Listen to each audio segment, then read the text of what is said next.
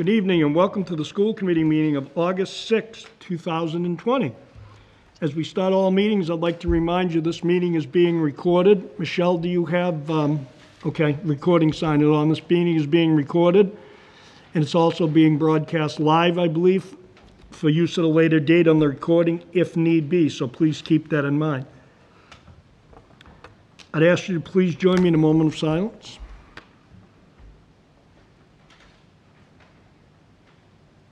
Thank you. Would you please join me in the Pledge of Allegiance to the flag?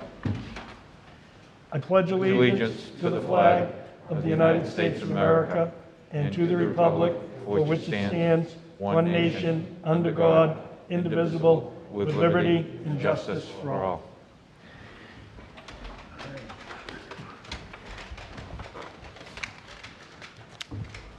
Okay, I need a roll call. Mr. Boyce? Yes, here. Mr. Howard? Yes. Mr. Scriven? Yes. Mr. Hayes? Yes. Mr. Forth? Yes. Ms. Byers? Yes. Ms. Stiffen? Yes. Mr. Small? Yes. Mr. Cullity? Yes. Mr. Jones? Yes. Yes.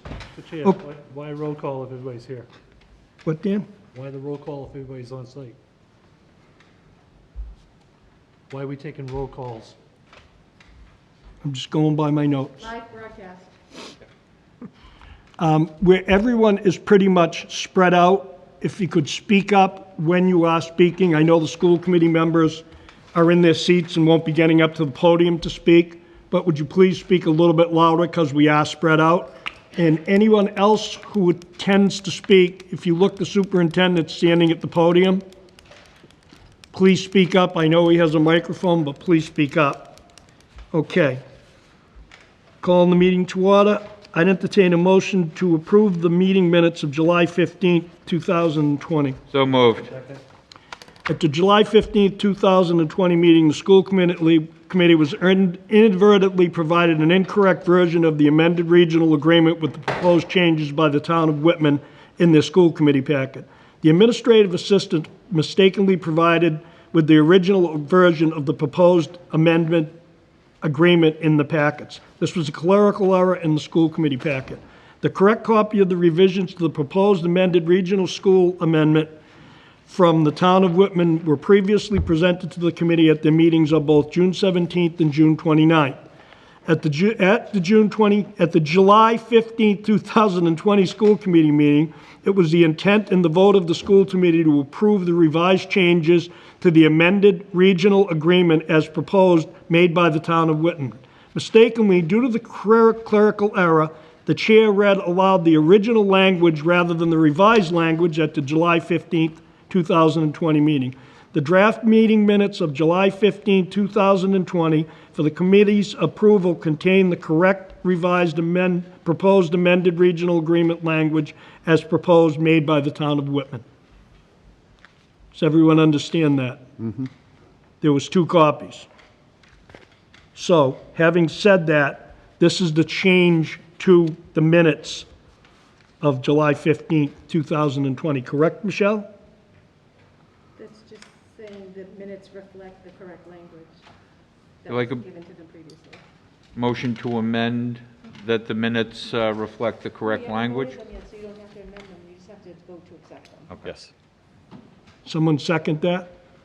Well, we just need to move it and second it. Yep, just motion, Okay. motion the minutes. Been So made we and seconded? motioned and Dan second. Okay, couldn't hear him, so I'm sorry. Any further discussion? All those in favor? Unanimous. Now we're going to vote on the amended minutes. We just did. You got it, Okay. you're good. Included. All right, I'm sorry. Superintendent's report. First, before we get into the annual town meeting, I just want to remind everybody who's watching out there online and through WHCA TV, you can email any comment or question to Joshua Torrey, and I'll spell it for you,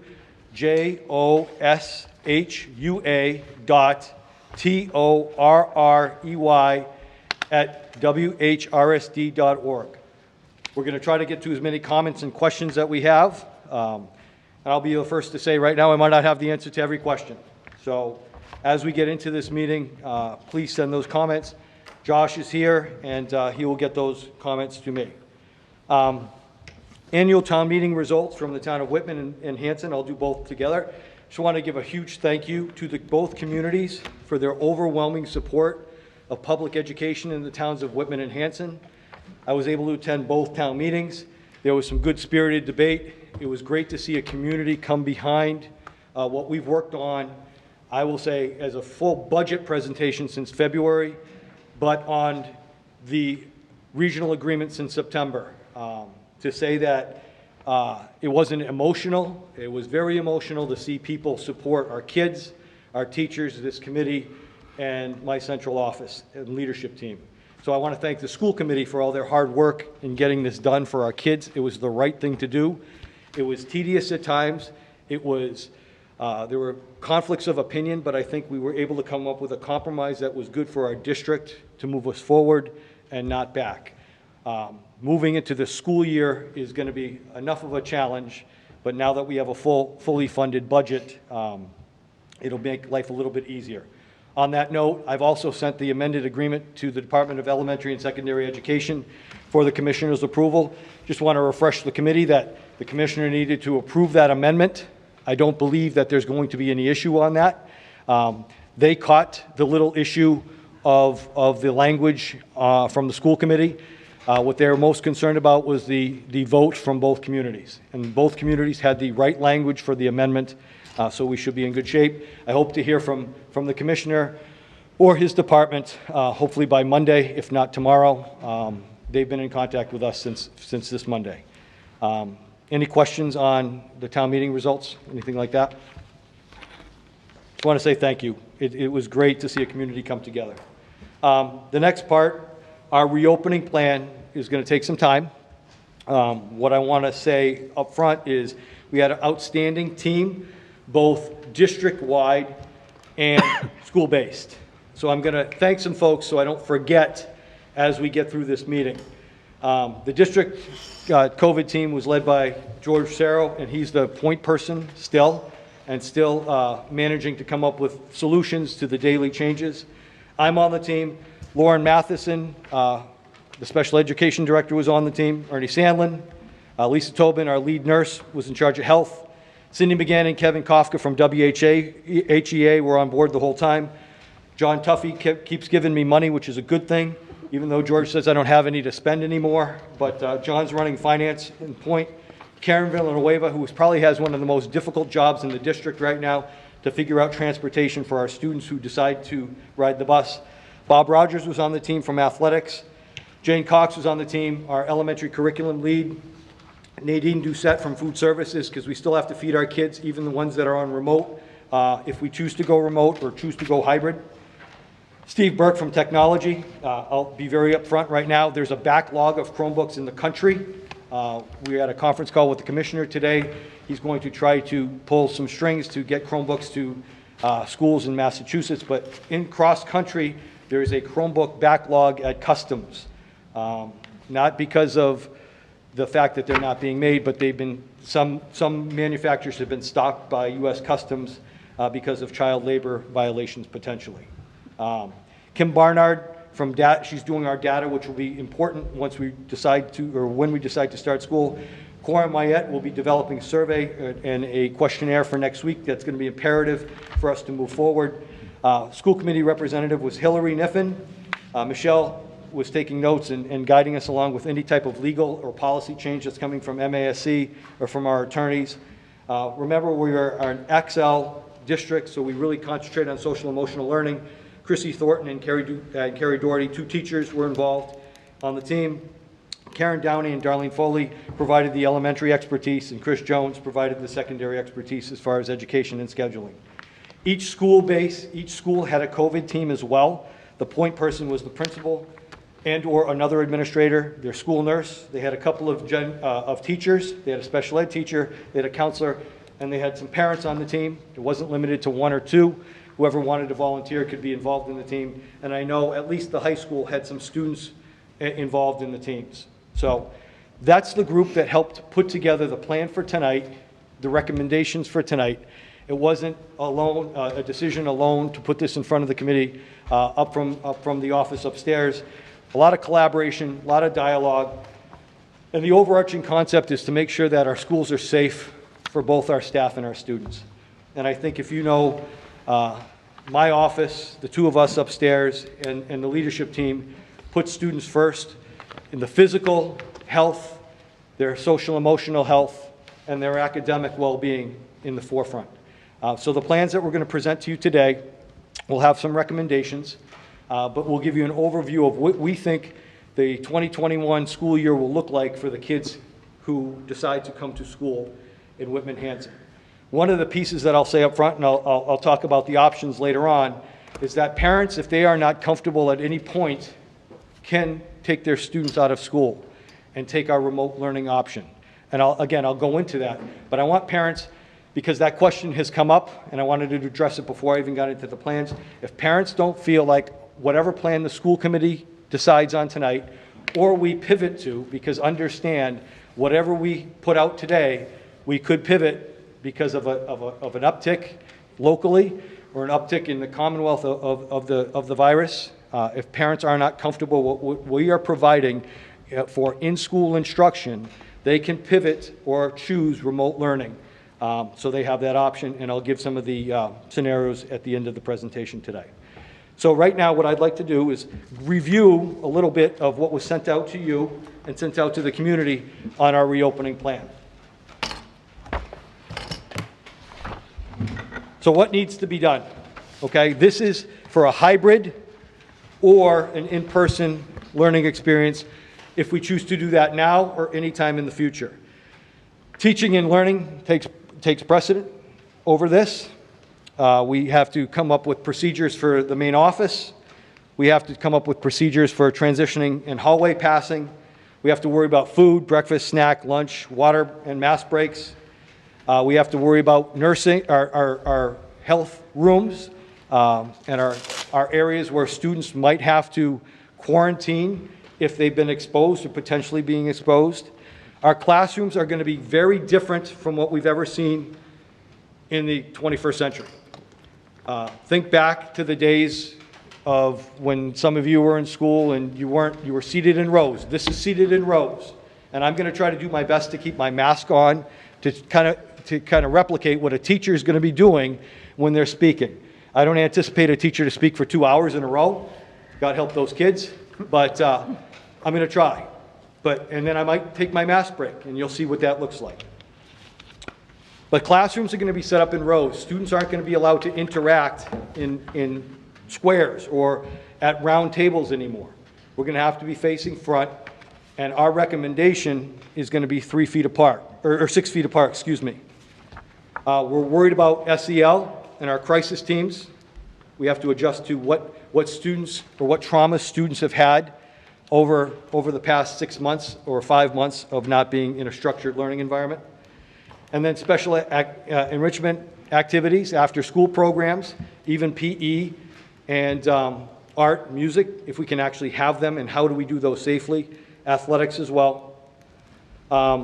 Student referrals, when students decide they don't want to follow policy, and hopefully most of our students will follow policy, but some will not. We have to see how we're going to interact with that and what that looks like in the main office. Building, cleaning, sanitation, and personal protective equipment, how that's dispersed, who needs what. Ernie will talk a little bit later about facilities. And then remote learning specifics, because if we have an uptick or if this committee decides to go to remote learning, we have a plan for that as well. I'm just going to read so that people who haven't seen this can hear. The safe return of as many students as possible to in-person school settings to maximize learning and address our students' holistic needs. To provide a clear set of health and safety requirements for in-person learning this fall. These are our guidelines and timelines, grounded in the most up-to-date scientific literature and discussions with expert medical advisors. Nurse Tobin has been on with Mass DPH almost daily. Dr. Belcher is in touch with her almost weekly or whenever she reaches out. He's been very good. And we have contacts with both boards of health. The Department of Elementary and Secondary Education required the districts and schools to prepare a reopening plan, which we're doing today, that addresses 3 possible learning models for the fall. There's been some kickback on social media about why the department didn't just give us a guideline to share one. He wanted, from the multiple conversations we had with the commissioner, he wants school committees and superintendents to have local control over the learning environments of their children. Some regions of Massachusetts have not seen any COVID. Some regions have seen a tremendous amount. He wanted school committees and superintendents to have local control to make decisions that fit their community. And that's what we're going to try to do tonight. I know a lot of folks have talked about what other districts have done. I've been inundated with this district did this district did that. Well, you know, we said we are Whitman-Hanson, and we're going to do what we think is best for the students of Whitman and Hanson. We've looked at others, and we've stolen other ideas from other schools. That's what good teachers do. But we have put together a plan for us. And we're going to outline the future guidance and supports that DESE will provide in the coming weeks. Our prelim plan was due last Friday. The commissioner today extended our comprehensive plan to next Friday, the 14th. And I think that was prudent because they said they would give us feedback on our initial plan by tomorrow. And our comprehensive plan was due Monday. So we extended that out to next Friday. And again, our plans are non-binding and will probably be a free flow, and we might have to pivot during the course of the year. So this is what we're looking at of the reopening models. A return without restrictions, meaning, you know, kids are back, whether or not we're 3 or 6, depending on where we're at in culture. If there's a vaccine, hopefully this is sooner than later, and people feel comfortable returning to what school looked like prior to March 13th of 2020.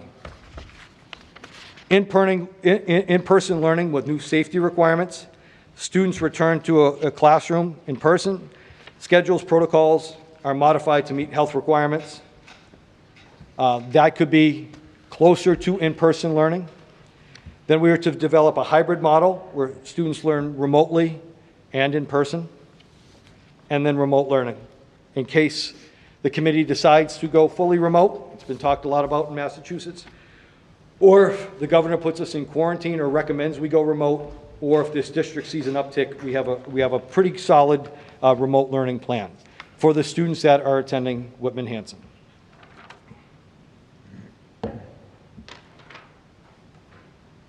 In-person learning with new safety requirements. In this model, all students return to an in-person school setting that are appropriately modified to accommodate the health and safety requirements outlined above. Examples of modifications could include altered classroom configurations, setting up additional learning spaces, and schedule changes. Hybrid. All schools and districts must create a plan for a hybrid model in the event they are unable to bring all students back under the current health and safety requirements despite their best efforts, or in a case of an outbreak or COVID-19 related circumstances. A hybrid model means that students would alternate between in-person and remote learning. For instance, students could switch between in-person and remote learning on alternating weeks or days, and we will show you what our model looks like. Remote learning, and I'll just summarize this. Remote learning is really what we did from March 13th to June. However, that will not look like our plan for 2021 will not look really anything like what we did from March to June. And I know some parents have asked that question. Is it going to look the same? My student had too much or too little contact. The plan we are putting in place with the association, I think, establishes a good framework for all students to access their teachers and have as best of a virtual experience if we're in a remote learning platform. Similar differences from the spring. Academic work will be assigned to state standards, not the power standards that came out in the fall or in the spring. We'll be issuing grades for students. Attendance will be taken, and there'll be much more communication with parents in our remote model. A huge question that's come out is what our plan is for our special education students or our special populations. So finally, across Each of these models, all schools and districts need a plan of how our special populations, including students with disabilities, ELL students, will receive their accommodations. So I'll show you that, and Lauren Matheson will speak to that today as we get into this. Health and safety requirements. These are the health and safety practices that will enable the safe return of school for in-person learning this fall, whether or not we go hybrid or in-person. Masks and face coverings, and I'm going to be asking the committee about a policy on that at some point. Physical distancing, and what we're recommending is 6 feet. Student groups or cohorts. Hand hygiene, everything I've seen from DESE and from DPH, this is critical. Hand washing and hand sanitizing. A COVID-19 isolation space. Lisa Tobin can talk to you a little bit about this, but we will have an isolation space if we need that, or for when we need that, I should say. Health and safety PPE.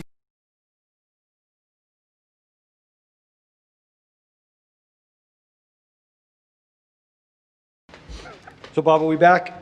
Official? Gavel me in. All right, sorry for the technical delay. I'm glad we can work that out.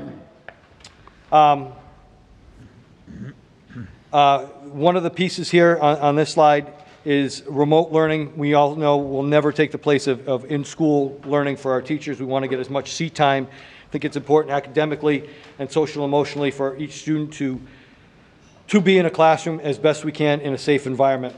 One of the things I will talk about later on, if a parent chooses to go remote for their student, for health, safety, whatever they feel the need for their child to go remote, we will be using a learning management system. It won't be Whitman-Hanson teachers that will be teaching those students who go fully remote, unless the district then goes remote. And again, I'll get into some of that later on, but we just don't have the staff to do either an in-person model or a hybrid model, and then take a group of students and then have Whitman-Hanson teachers do a remote teaching experience. We will be looking at a way for those students who are on the learning management system, as DESE has provided us a list of vendors, to access their classroom. I don't know how yet, but we still want them connected to the school community. One of the questions that I wanted to put out and get some answers, or the public to see, because people have asked me a lot about the hybrid, even before, because I think folks knew, okay, remote, we're going to be home, in person, it can be 3 feet or 6 feet, that was discussion, but what about the hybrid? So we've talked a little bit about, or a lot about, what model of hybrid would work for us. And again, this isn't an endorsement of what the school committee, and we can pivot as we go. But a hybrid would be, we would have 2 cohorts of kids, K through 12. Cohort A would meet Monday, Tuesday. Cohort B would meet Thursday, Friday. And all students would be on a remote day on Wednesday. And teachers would be teaching both cohorts, or splitting up their cohorts, whatever, it would be up to the teacher to touch base during that day on Wednesday for kids. Virtual Wednesdays for staff. Staff reports to the building just as normal, staff responsibilities, virtual learning for their cohorts, prep their classes, understand staff's going to have an additional task of preparing assignments, teaching assignments, learning activities for students on their remote day, planning, and then that'll be our PLC time, our faculty meeting time, our special ed meetings that have to take place. Even in a hybrid, what I'm proposing to the committee and to the community is pre-K and K will attend all week, meaning that if you sign up for full day K, or if you're in half day K, you're attending school all week, and our pre-K full day and half day students would attend all week.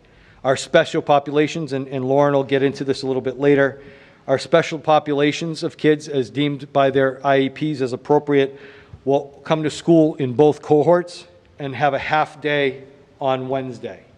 They'll be in their self-contained class, whatever their need is, they will be in both cohorts in this hybrid model, and they will attend all 5 days with a half day on Wednesday. Why we talked a little bit about hybrid in this plan, Chris? Yeah, if I just for clarification, so say for example, you're in cohort A, you're full day, Monday, Tuesday, you're still you're doing online learning on Wednesday, Correct, Thursday, Friday? correct. Okay. And that'll look a little bit different and I get it, when I get into Okay. what that hybrid might look for us. But this was just something I put out to the community. Yep. Because the overwhelming conversation was, well, what is the hybrid? What does it look like? I heard week on, week off. We actually looked at cohort A coming in the morning, cohort B coming in the afternoon. Transportation, we physically are going to have an issue transporting kids anyway, but trying to transport 2 cohorts in a day. George, what did you say? They'd start on a bus ride at 6:05, and the last bus would close up at 6:45 p.m. Yes. Because we'd be doing double multiple runs every day. So why do we choose hybrid or choose this? What does it mean to have a hybrid? The health and safety of our students, better ability to transport. We do have a lack of space, staffing, and funding is better, but if we chose to go fully with a full in-person at 6 feet, we wouldn't have adequate funding to do that. Our internal pressure test, which we had to do by the state, our class sizes are too large across the district at 6 feet to go full-time. And this is just a dad and an honest opinion. I thought 3 feet was too close. And so did my colleague, Mr. Farrow, when we sat next to each other, both in the Performing Arts Center and in a classroom. We thought 3 feet was too close, so we will shoot for 6. 90% of our classes will probably have 6 or maybe a little bit more. Some might have 5, but 3 feet was just too close for us. And Wednesdays in the hybrid will allow fully robust virtual plan to be utilized by staff and students in real time so they can connect. We can do some of our social and emotional learning, and that is separate from the remote learning plan. Can I Yes, ask Fred. a quick question? Just going back to full day K, Yep. are we going to be able to offer the full day K product with transportation, et cetera, without missing a beat and expecting it to go 5 days a week? Right now, Karen says yes. So my boss, Karen said, yeah, we can do the full day K piece, even with the afternoon, or even with the afternoon pickup and drop off with half day. She said we can do the full day piece if we chose to do that. And on Wednesdays, there's going to be just a few people on the bus. But I'm going to say, when I talk transportation too, I'm really going to ask parents if they can actually drive their students, carpool, family, whatever, to limit the bus if we can. And there was a question about hybrid, and again, I'll get into it a little bit more. We will cohort students by family so that if you have 4 kids, all your kids will be in cohort A, so you can adequately plan for your week. You know your kids will be in cohort A, then you know that they'll be off on Wednesday at home on Thursday, and home on Friday. So I'm not going to go, this next slide I think is from DESE. Folks can read up on everything on DESE. If you check out the DESE website, there's a whole area on COVID. And this is all the data that we brought together, all the recommendations, guidance from the Department of Elementary and Secondary Education, and also Mass DPH. Our boards of health have been very, very helpful to Lisa, but have been more like, follow DPH guidelines, you're doing a good job. This is what we're recommending, and keep doing what you're doing. So. So right now, what's going to happen is Jeff's going to give you a little bit more information on the actual specific things we had to do. DESE required, again, like those 3 plans. We sent in those plans. This is a detailed explanation of those plans. If I could also, if you think in your mind, or if you're listening online to the graphic organizer, that was the very first slide.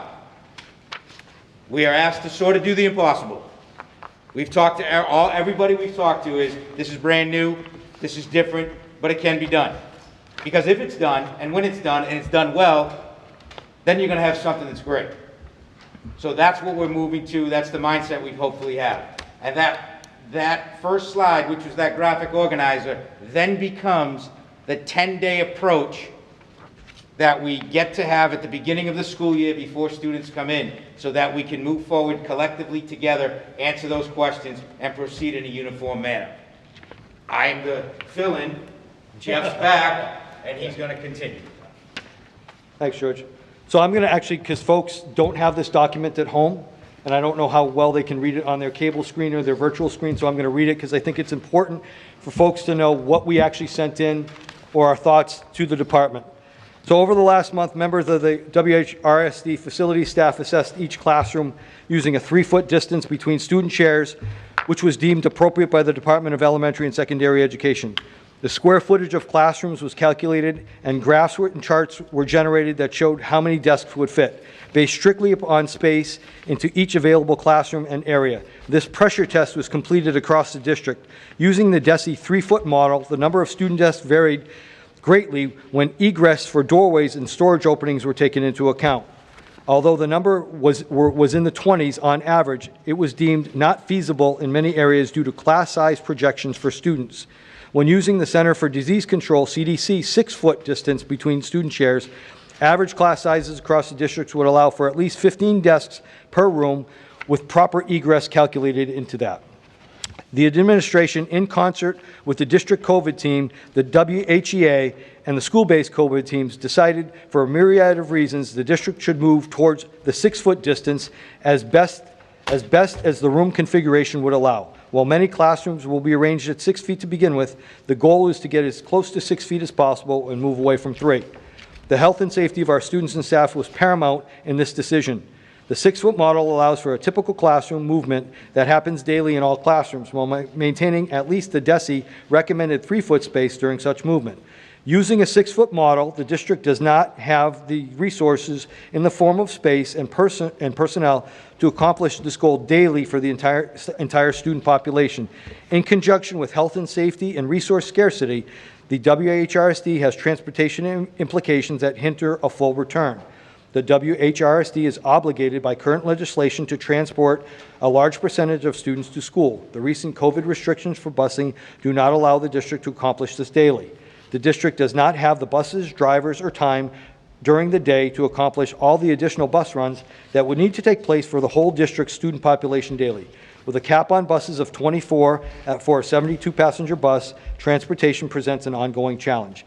In conclusion, after careful consideration, a full in-person return for the school committee is not our recommendation under the current conditions for the WHRSD. The district does not have enough resources in the form of physical space, human capital, and fiscal holdings to accomplish this in a safe and efficient manner. So that's part 1 of our 3 plans.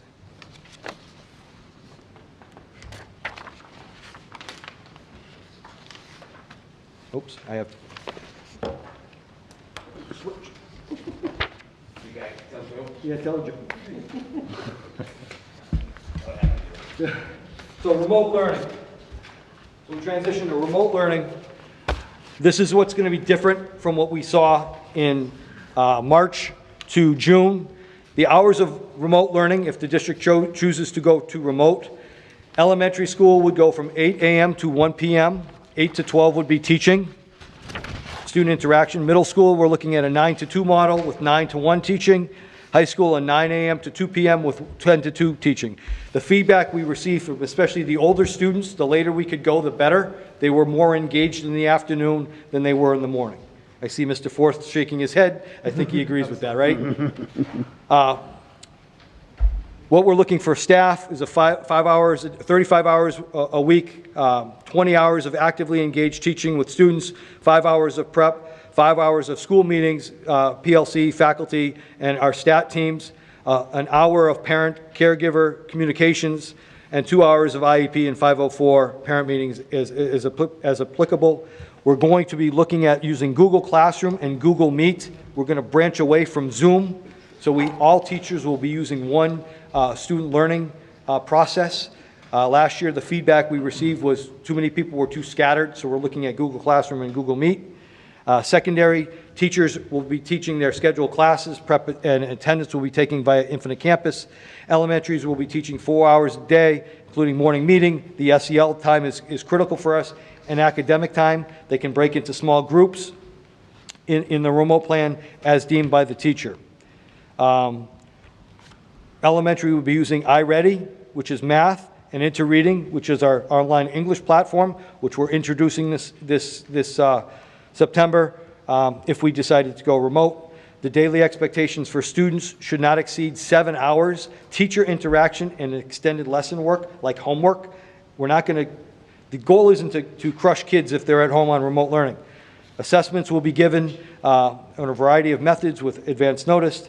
To the extent feasible and permitted by governance, staff will report to the buildings. We're working with the association to do that. Our goal would be teachers report to work in school unless we're under a quarantine. And that would be for hybrid, that would be for full remote.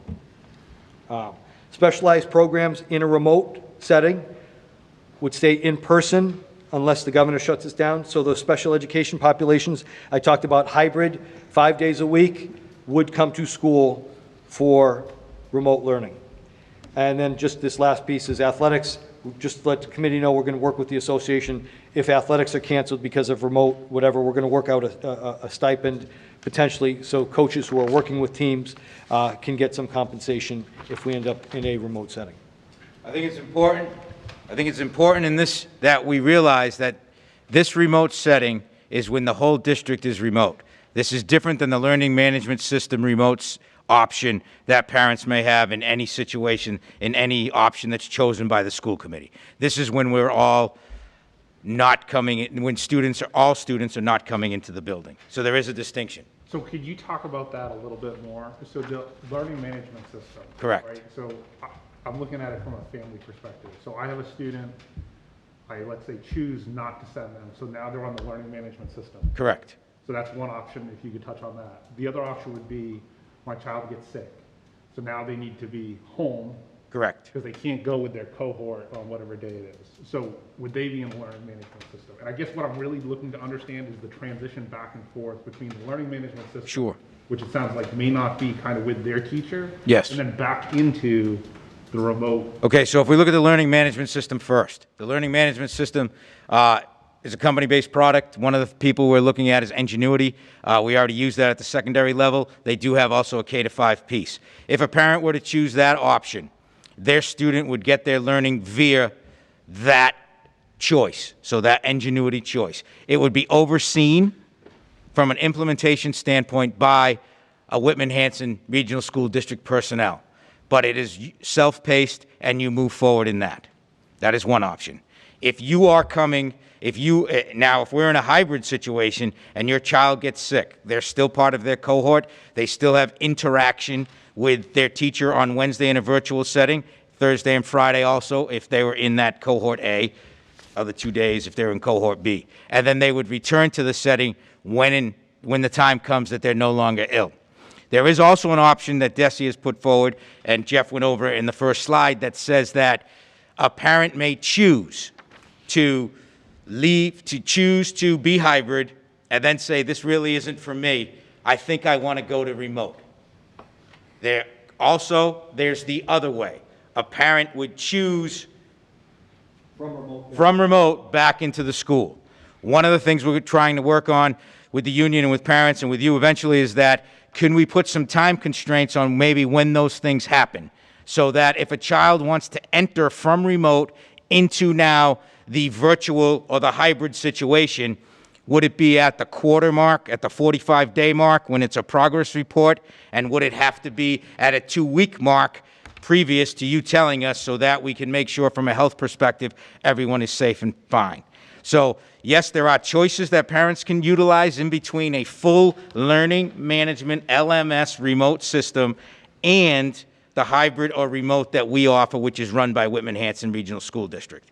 There is the ability to move and cross in between that, but what we will be seeking from them is the ability to let us know for two weeks prior, and then at specific points based on progress reports or marking periods throughout the year, so that the community of learners who are learning in a hybrid or the community of learners who are learning in a remote, both sides have the ability to plan properly.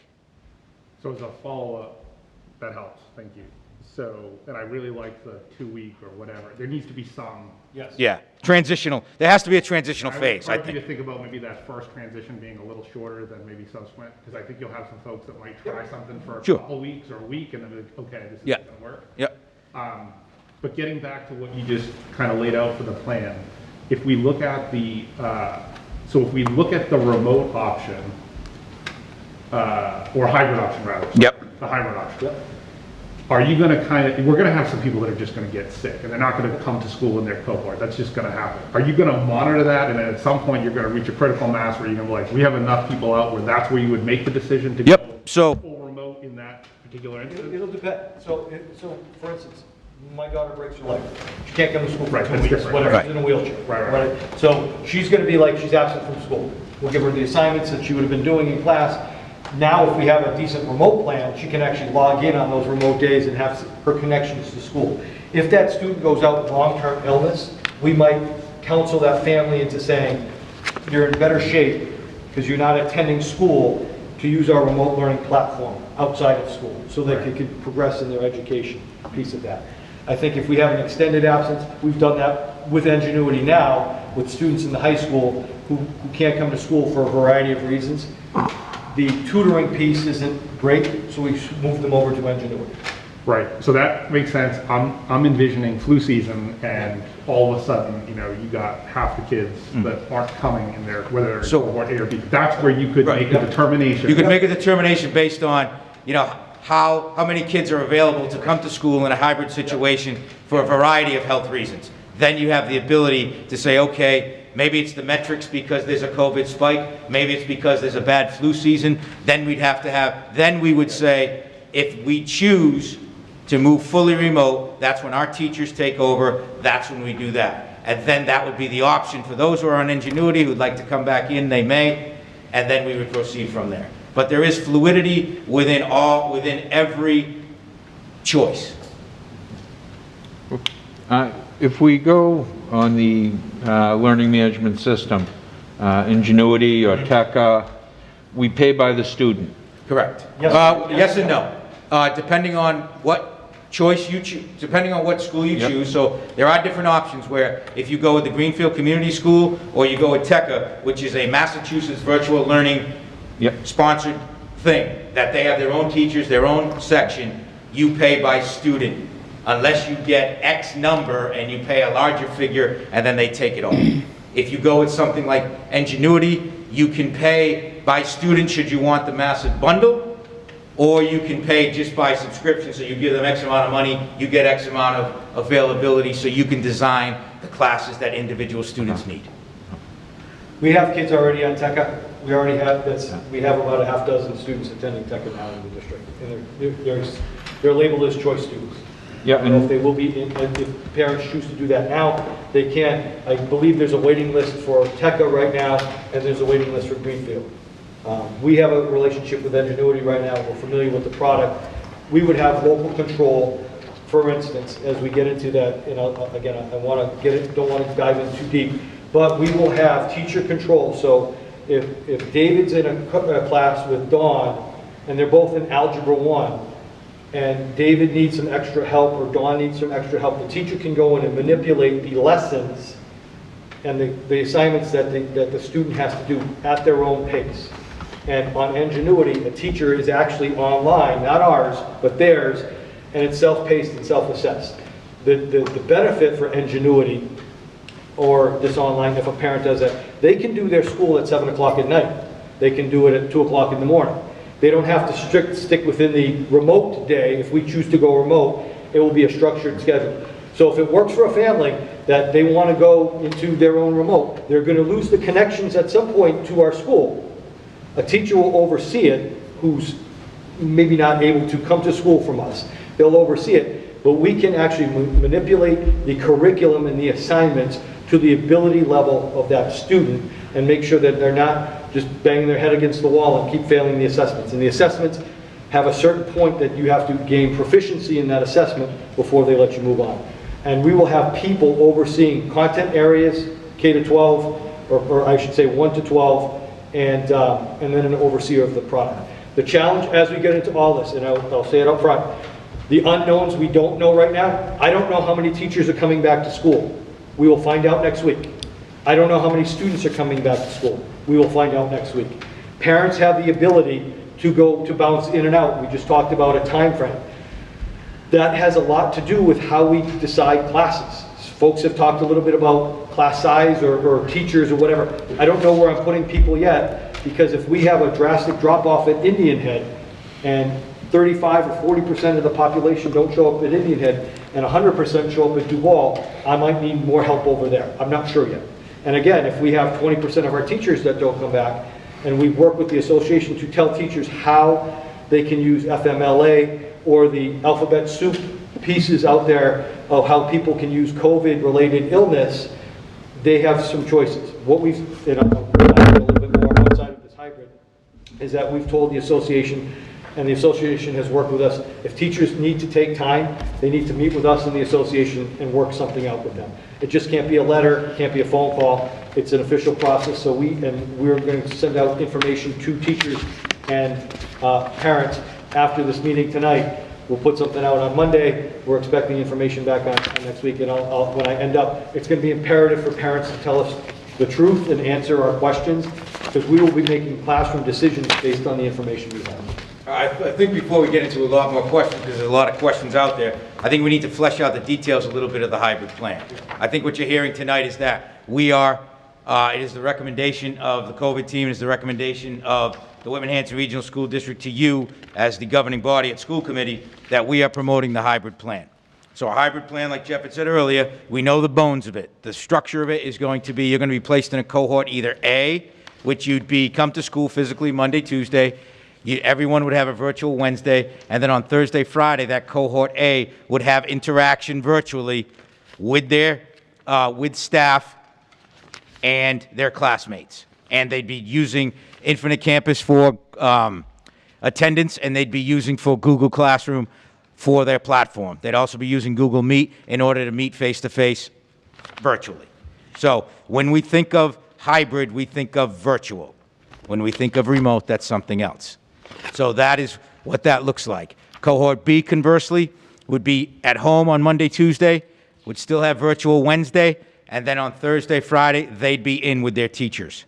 Now, students would be placed in a regular students would be placed in a regular class, if we think about the elementary world right now.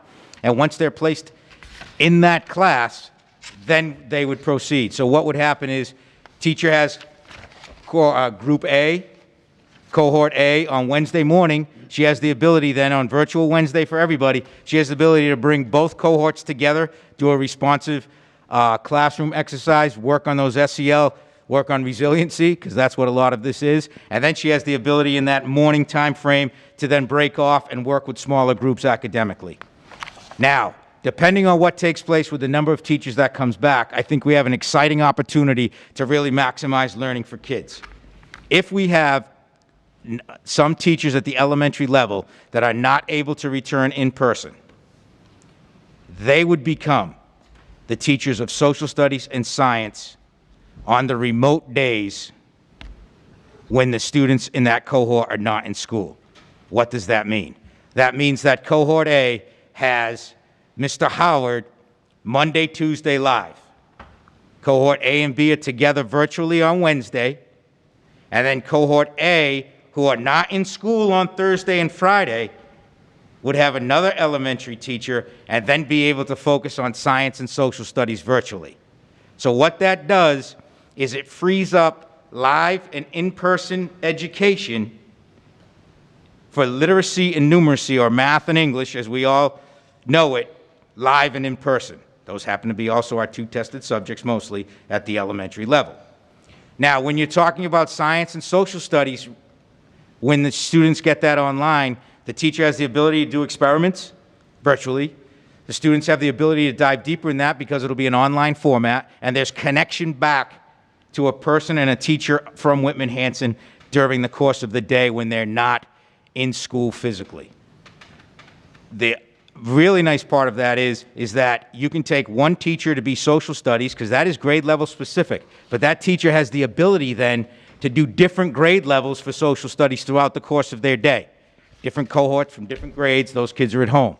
That teacher then also has the ability, though, to now think about this, multi-grade level science, because the frameworks for science are multi-grade level. You can have K to 2, you can have 3 to 5. In a really big world, I'm not trying to confuse everybody. All I'm trying to say is that you have the ability to look at education differently. I think we have the ability to look at education possibly better. And I think we have the ability to maximize the 2.5 days that you're going to see students in a virtual Wednesday and then 2 days live to really focus on literacy and numeracy. And if that's so, and we can do that well, then this could be a success in a hybrid situation. When you talk about the middle school in a hybrid situation, the format's basically the same, except at the middle school level, we're going to take the existing teachers who already have kids in front of them, and we have this period called academic extension. When I first got to Whitman-Hanson in 2003, that was called Spanish and French. Right now, that's sort of self-directed study with your teacher of record in front of you. If we take and cover that study with a paraprofessional who already knows what's going on in the room, and we remove 2 of those teachers, a science and a social studies, during the course of the regular day, let's say on a Monday, that person then, during the course of their 7 hours, has the ability to check in with their cohort who's not in class. So we're not sharing teachers at the middle school level or the secondary level. We're using the same teachers that you'd see all week, and then you can check in with them.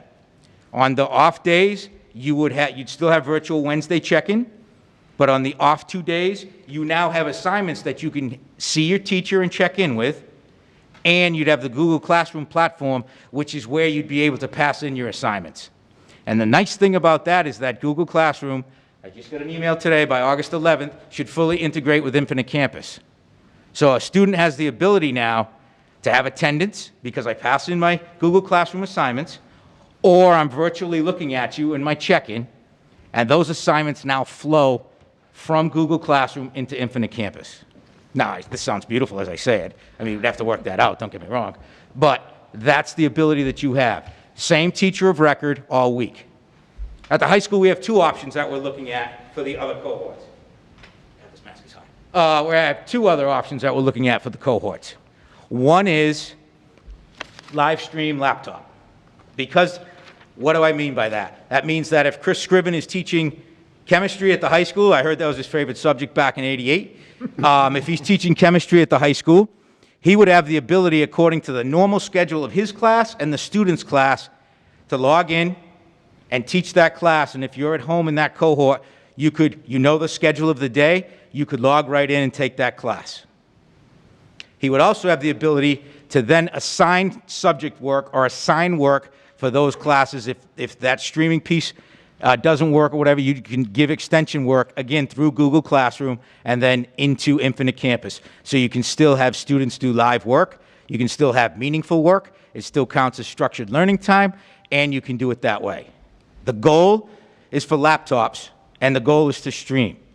If not, we would do it a little bit like you see in the middle school level, or the third option that the high school is still exploring is to reconfigure the schedule where you get a longer block in one period. And during that longer block, the teacher moves into a seminar or an academic extension period with the kids in front of them while they also log on and check in Zoom, or Google Meet with their class at home. Thereby, for 30 minutes, it's almost like we're all in the same meeting together answering questions about the work we've covered. So I think it's important that people know that I've talked a lot, I'm sorry, that when your students are not in school on their cohort, there will be face-to-face, there will be work that's done, and that's what's pivotal about that Wednesday check-in, because you can reteach what you've already, for the students you've seen, you can pre-teach, or you have the ability to work on things like social emotional learning. You have the ability to work on things like citizenship. You have the ability to work on different aspects that you're going to see or that kids need that they would miss in the regular traditional 5 days. That's what I got. I can talk a dog off a meat truck. I can stay all night. Yeah. So those are the 3 pieces here. You also have diagrams or pictures, and I could put them up online. But Ernie took pictures of classrooms at every school to show you what the classroom setup looks like 6 feet apart. So you will see desks aren't together. We've asked teachers to take we didn't, the Commissioner of Education asked us to have teachers remove all items out of their classrooms to maximize space. Now, if we end up moving into a hybrid or a full remote or whatever, teachers might be able to put some certain things in their classroom, but not yet. We're going to wait for direction from the state. But I wanted you folks to see visually what 6 feet looks like and what a classroom is going to look like for our students. I think you heard it, George, we are endorsing the hybrid to you. That doesn't mean that that's your decision. This is after hours of looking at what's best for our kids and the safety of our teachers and our students.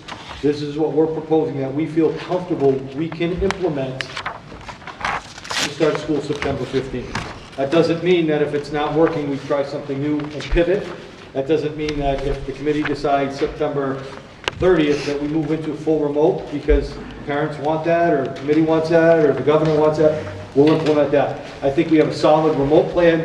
In March, we didn't have a solid remote plan. We didn't know, we just did, because that's what we had to do. I think through feedback from teachers, from students, from parents on what it looked like, they were all over the place. I don't think it was a huge success. I think it was a, you know, we punted and we did the best we could. We got about a 40-yarder out of it. It wasn't awesome. It wasn't terrible, but it wasn't awesome. I think we worked hard on it. And that's why if we end up in a hybrid, the piece on Wednesdays where teachers can work on their craft for remote if we have to, it's really important for students to understand the expectations are going to be very different than they were in May or in June. So given that opportunity to prep what that expectation will be like, because if we see a surge, and talking to some teachers, they said, I really want to see my kids, one, to establish a relationship, and we talk about relationship all the time, establish that relationship to at least see them, even with a mask on, see them, and then tell them if we end up in a remote setting, this is what class is going to be like. So they want that opportunity to establish that and not just see them behind the screen for the first time. That's what I'm hearing from staff. That's what I'm hearing from my peer group, who are teachers as well. They're nervous. They're anxious. I think parents and teachers, everyone is up here with anxiety, including everyone in this room and everyone sitting behind me. We want to look forward and see where we go. So those are the 3 plans, and I'm going to take your questions after we go through. I just want you to keep jotting them down, because I want Lauren to talk a little bit about special education, because that's key for our special populations, and then Ernie's going to talk a little bit about facilities. So Lauren, why don't you come on up?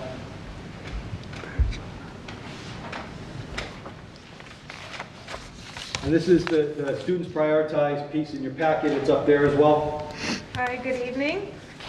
So DESE is strongly encouraging districts to consider, regardless of what plan we go back on for all students, whether we end up in a hybrid situation or a remote situation, we're being asked to prioritize our students with the most complex needs and try to offer up to full-time services for those students. What we discovered in the spring when we went part-time is that while everyone was affected by being on remote, there is definitely a certain population of our students that was disproportionately affected. There are students in this district that just cannot learn on a computer screen.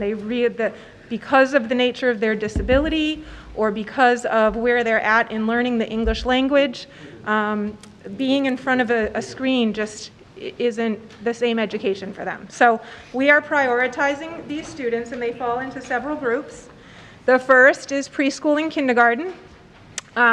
We do have an integrated preschool here for students with special needs, and it's very clear that these students need to learn and acquire these skills in a natural setting with peers around them. They're learning language. They're learning social skills. They can't do that in front of a screen. So we are going to prioritize those students for full-time services. The second group is our students with disabilities who spend the majority of their day in a sub-separate program. And one of the ways we'll be able to prioritize them is they're already in a small cohort. Most of these sub-separate programs are groups of students, ranging maybe 3 or 4 students in a program up to 5 or 6 with a max of 10. So we're already talking about a smaller cohort in a full-size classroom. And these students are used to being in that cohort with this group of students and their teachers and support providers all day. So the goal is to have them here all week, Monday through Friday, with the Wednesday being a half day. So we would bus them or have them on vans for the half day to allow the other half of the day for their teachers to still participate in the common planning that's needed, running team meetings, doing assessments, things like that. So these students would come to school Monday through Friday with a half day on Wednesday. The other group we're prioritizing is our English language learners. I've been working closely with our lead English language teacher, who's been working closely with all of the teachers and tutors, and we're really looking at, we've prioritized them kind of in two groups. The first group is the most needy population because per their access scores, they're a level 1 or a level 2, which means they're really at the very beginning stages of acquiring the English language. They are going to benefit greatly from being exposed twice to the same content. It's actually a benefit to them. So by having them come in on both cohort days, they're going to be exposed twice. Then they will also come in on Wednesday where they're going to get their direct EL support and instruction and still receive their services. The last group we're going to prioritize, and we're going to do this on a case-by-case basis, but we really need to look at our students who are economically disadvantaged, who may be in a homeless situation where they're sleeping in a different place each night, or there's nobody to monitor what's happening during the school day. They just were not able to make effective progress when we were in a remote situation because of the foster care, homelessness, economically disadvantaged, things like that. So we're going to prioritize those students on a case-by-case basis based on how they did in the remote model, and also offer opportunity for them to come in on Wednesday for extra just academic support and help. So that's how we're that's the plan that we're proposing to prioritize these groups for up to full-time in-person services. Does anyone have any questions for Lauren? Actually, Dawn?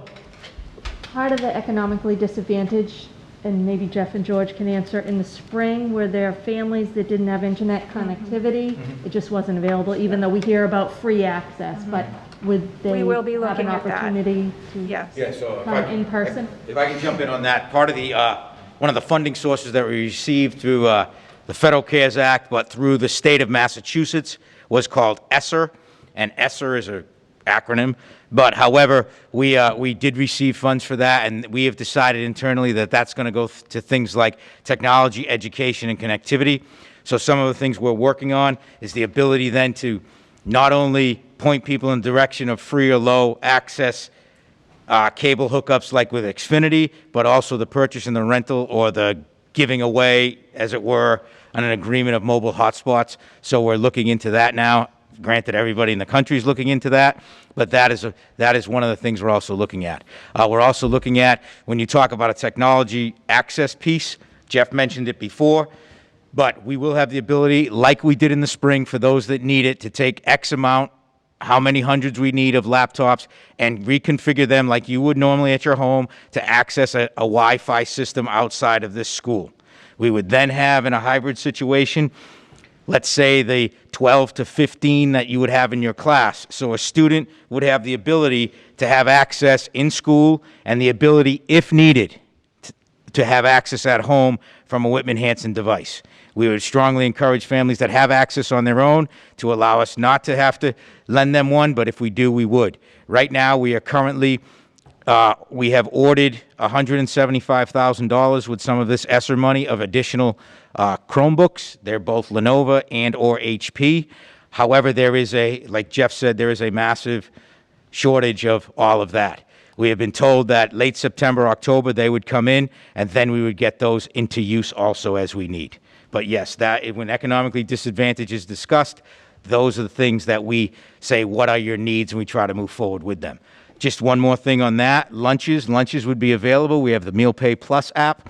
The Meal Pay Plus app has a pretty new exciting thing, because I'm looking for excitement in this job lately. And the Meal Pay Plus app, it would now be available to families and students at the secondary level, where they can order lunch if they need it, from a grab-and-go or curbside pickup if they need it, even on the days where their cohort might not be in school or on Wednesdays. So there's going to be a lot coming out on that. We're just doing it as we see now.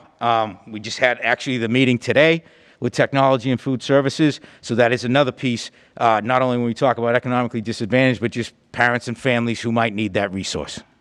George, I'm sorry. Do you guys have any idea how many families do or do not have internet access through the district? Yeah, so based on what we do every year and how we pull it, we have less than 3.8% as of last year families that do not have internet. Now, that is different than complete and full access. You will notice that when we did the parent survey, of those that responded to the parent survey, we asked not only do you have access in your home, but then do you have access to a device whenever needed, or multiple devices or things of that nature. We did get into some cases where we gave out 2 and in one case 3 Chromebooks to the same family in the spring, because that is what happened. I would implore those of you, though, I think it should be well known, because we are a community, that not all Chromebooks came back. So we still do have some that were never returned, and we have been in touch with those families, but that is a situation that we also have to plan for. But most have. Only less than 4% don't have connectivity for the internet, but that is not the same as access. And according to the survey we have from the results, that is about a little under 8%. Dan? Lauren, or somebody, the economically disadvantaged students, on there it says 2 full days and 1 half day. Is that different than the rest of the school? Yeah, because that would be in person. Because they have to have it in person. Yeah, so those would be more of a resource tutorial. If it's an EL student, we would put them all together, and then we would really focus on those language acquisition skills that our level 1 and level 2 EL students don't have.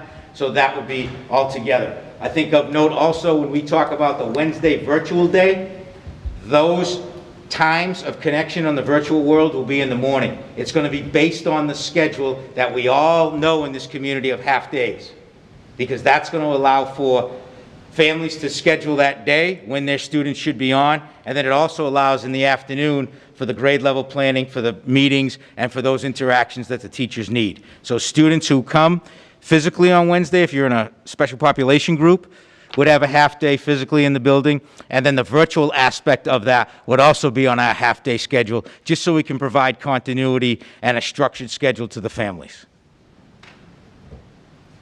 Chris? For either of you, because this kind of dovetails, I'm not sure I would classify them necessarily as economically disadvantaged, but if we have parents that have to work, right, because in March, everything shut down, no one's working. So if we have parents that have to work, and parents and guardians are simply not going to be, they don't have a support system that would allow someone to be home with their child, would they fall in, what accommodation would we be able to make in that type of situation? Right now, my guideline would be free and reduced. I'm sorry. My guideline, I guess, and that would be a great question to pose to our commissioner. Right, because I'm not sure they're going to fall into free and reduced. It might simply do they need to work, they have a job. So I don't have an answer for you on that right now.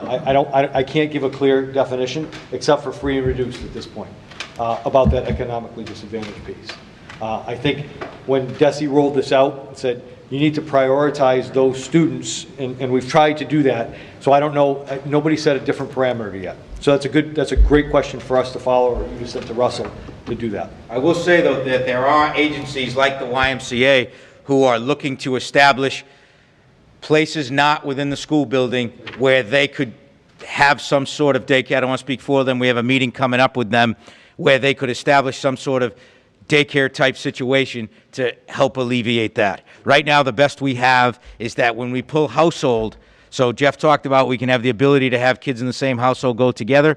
That's an infinite campus blended learning thing, which is our student management system. When that happens, we at least can get, let's say, all the Scrivens in cohort A, so that if, right, so that if older sibling wouldn't have even the same time, because we've staggered some of those times, could get up, get a breakfast for them, and then they'd go. But that's a great question. What do we do for the off days for those families that simply have to work, that might not fall under DESI's guidelines of economically disadvantaged? It's out there. We don't have direction from the state on that yet. And maybe it's just the public that's watching, if they're aware. Fred, that then they're gonna Don, have then those- Mr. Boyce. If they're aware they're gonna have those situations, I know you guys Right. are probably getting enough feedback, but this is one case where I'm sure you welcome. I think that's a great Sure. question. Yeah. Reach out now and see what can be. Absolutely. All right, thank you. Fred, then Don, then Mr. Boyce. I know this is a little difficult to, I'm watching you. I know I asked you about the possibility of setting up a Y program in the gymnasium. You know, if we weren't using a gymnasium, if that could be accomplished. Within this plan, are students traveling to the cafeterias? In which plan? Hybrid? In the hybrid. The hybrid. In the hybrid plan, and according to the latest DESI regulations, you do have the ability to access the cafeteria. However, there are restrictions for it. Much like a lot of you are, you have to be facing one way. You cannot have students sit across from each other at the same table, and you have to make sure they're equidistant more than 6 feet before a mask comes off and they eat. There will be situations also, though, where students are going to eat in their classroom, and a lot of that is dependent, it's also allowed, and a lot of that is dependent upon the individual schedules of the school. But there's both. I'm just wondering if that might be a location, you know, other than my idea of, you know, sectioning off the gym and. I think it's a good idea. My only concern is that we're trying to work hard in the building to separate, and then on those off days, we'd bring together, so I don't know if that would cross-pollinate, cross-contaminate You the. may not be able to Right. even. But that's why accommodate everyone, but at least you could accommodate. what's come from the boys' club and the girls' club and the other things have been off-sites to work in conjunction with schools, but a separate site. Dr. Jones has got a discussion. Just real quick to help out with the gymnasium question, because of the cafeteria and the restrictions, we don't have the room. We're going to have to use the gymnasium for the second part of the cafeteria and split the students. This is where they go. So we won't have the room to do a program. But we might have gymnasiums in other buildings. Yep. I mean, I think that's John. the question. I think the working with the Y, they sent me something the other day saying this is what they're looking at. They're looking at alternative sites, college campus, whatever, to do not daycare, so to speak, but virtual learning.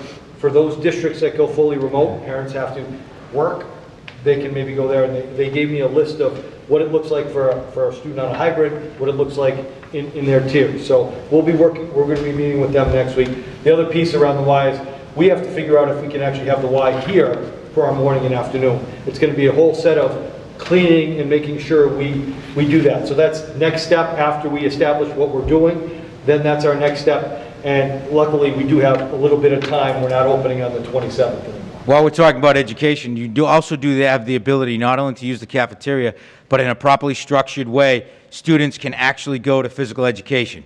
It might be different than what we've done in the past, but that class has the ability to utilize outdoor space or socially distant appropriate phys ed space with that teacher.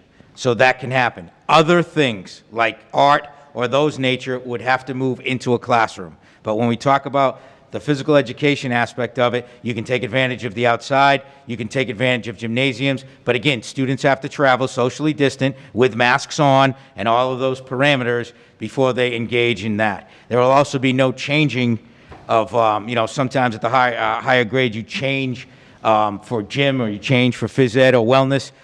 That would no longer be available, so that you'd report to the bleachers, whatever, socially distant, and you could have your class. The concept of movement in a school is going to be a little bit greater as the child gets older, because that is the makeup of a high school schedule. As you're at younger grades, it's a lot of teachers might have to move from class to class. The cohort stays.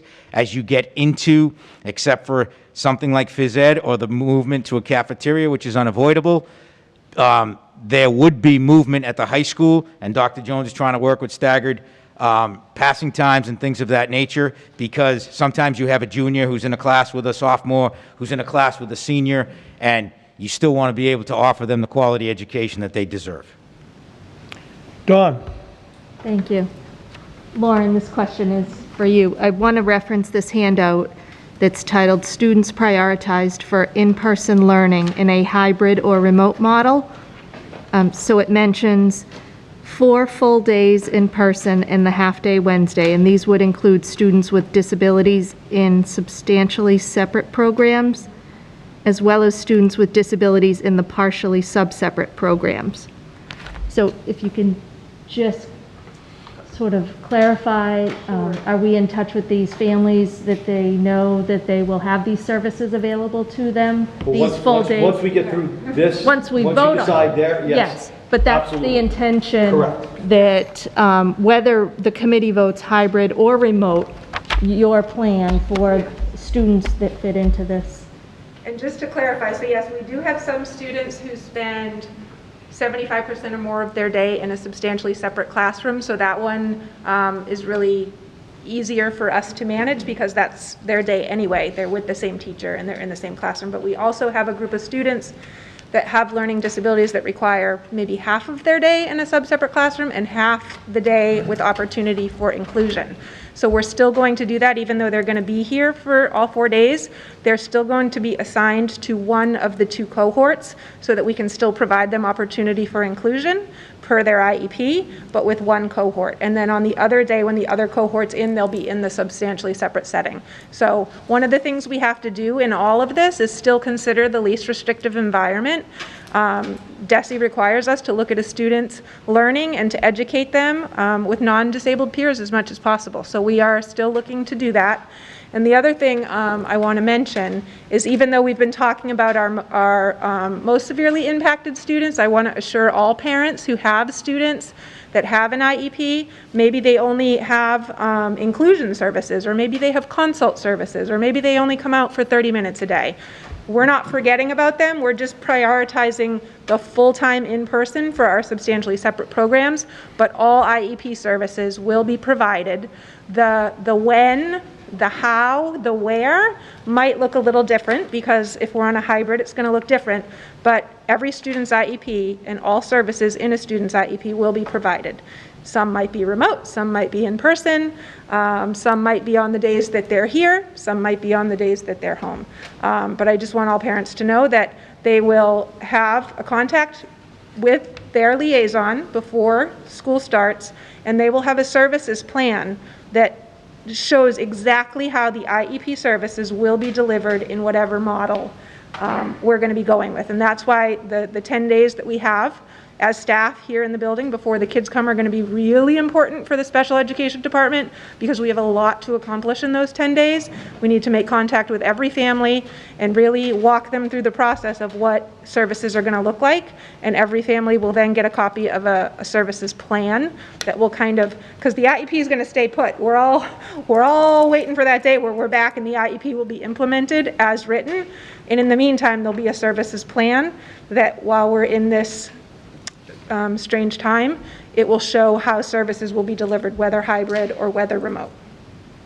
Thank you. Mr. Boyce? Lauren, actually, and it's the same 2 areas that, programs that Dawn was mentioning. Under Hanson Middle, for the PACE program and the language-based learning, should they say 5 through 8 for the grades? That's an excellent question. So we developed that program just last year. We're in its 2nd year. And based on the funding that we had available and a couple of students that really were in need of the program, we developed it for grades 6 to 8 because grade 5 is on a very different schedule than 6 to 8 is. To be honest with you, it is an issue because I would really love to see programming from elementary to high school, and that is a challenge because we have some 5th graders that are at Hanson Middle School and we have some 5th graders that are still at the elementary level. So that is a challenge when it comes time to looking to expand on that program, which I would love to do. But right now it is a 6 to 8 program. Okay. Sure. Thank you. And if you don't mind if I just mention one more thing. Pilgrim Area Academy is meeting right now, going through this same process. So I just want to, I'm sure you probably already know, but for those that might not. So thank you. Just want to piggyback on Lauren a little bit to help answer your question, Ms. Spies. With our language-based students, they have English and math in a pull-out section, and they're in inclusion in science and social studies. So we've configured our schedule so that they can be in every day. So by grade level, there's about 10 in each grade level, 6, 7, and 8. There's about 10 kids. So they would be kind of like their own cohort, but like the 8th grade might be in your homeroom. They're going to stay in that, our kids are going to stay in their homeroom all day long. We would pull them out on Monday and Tuesday, and they would go to English and math. The kids who have the Thursday, Friday cohort would come in and they would be in homeroom with those other teachers, with the language-based teachers. Or we may put them all in the same homeroom, we just haven't figured that out yet. But what would then happen is when they go, if on Monday and Tuesday, I'm in the Monday, Tuesday cohort, I would go back to the inclusion class and have my full day in the inclusion setting. The students in the Thursday, Friday setting would go to English, math, then they would go to one of our other special ed teachers, work on their inclusion work with their cohort, but in school and be getting support from a special education teacher. And then we would flip that on the other 2 days. And then they would go to their language-based teacher by grade level, or assign one per grade level for social studies. So that same process would fold. And the schedule allows us to do that and have those students all in. And then in our separate classroom in the PACE program, they're all included in one class anyway. So the thing that we'll be able to do in that class is on the Wednesday, we'll be able to give them their related arts, because the related arts teachers would be free to go into those classes and provide phys ed, music, art, etc. Excellent. So. Thanks, Bill. Bill, I'm still coming to see you, but I put you down for 2021. Whenever you want to come over. Okay. Thank you. Anyone have any other questions for Lauren? Okay. Lauren, thank you very much. Thank you. A lot of planning. I'm going to ask Ernie Sandlin to talk, because I know people have facilities questions. His team has done a great job of doing what we've asked him to do, of outlining classrooms, doing the pressure test. He can explain to you what it's going to look like for September. As far as cleaning, we're adding additional cleaning staff. We're adding hand sanitizing stations across the district. I'll let Ernie talk about that a little bit. Awesome. You have it in your packet. You have what the cleaning supply, what that looks like. So if you turn to the facilities piece, it'd be great. Good evening, everybody. What I look at with DESE, July 22nd, they actually gave us a roadmap to an adventure we've been on since the kids have been out of school.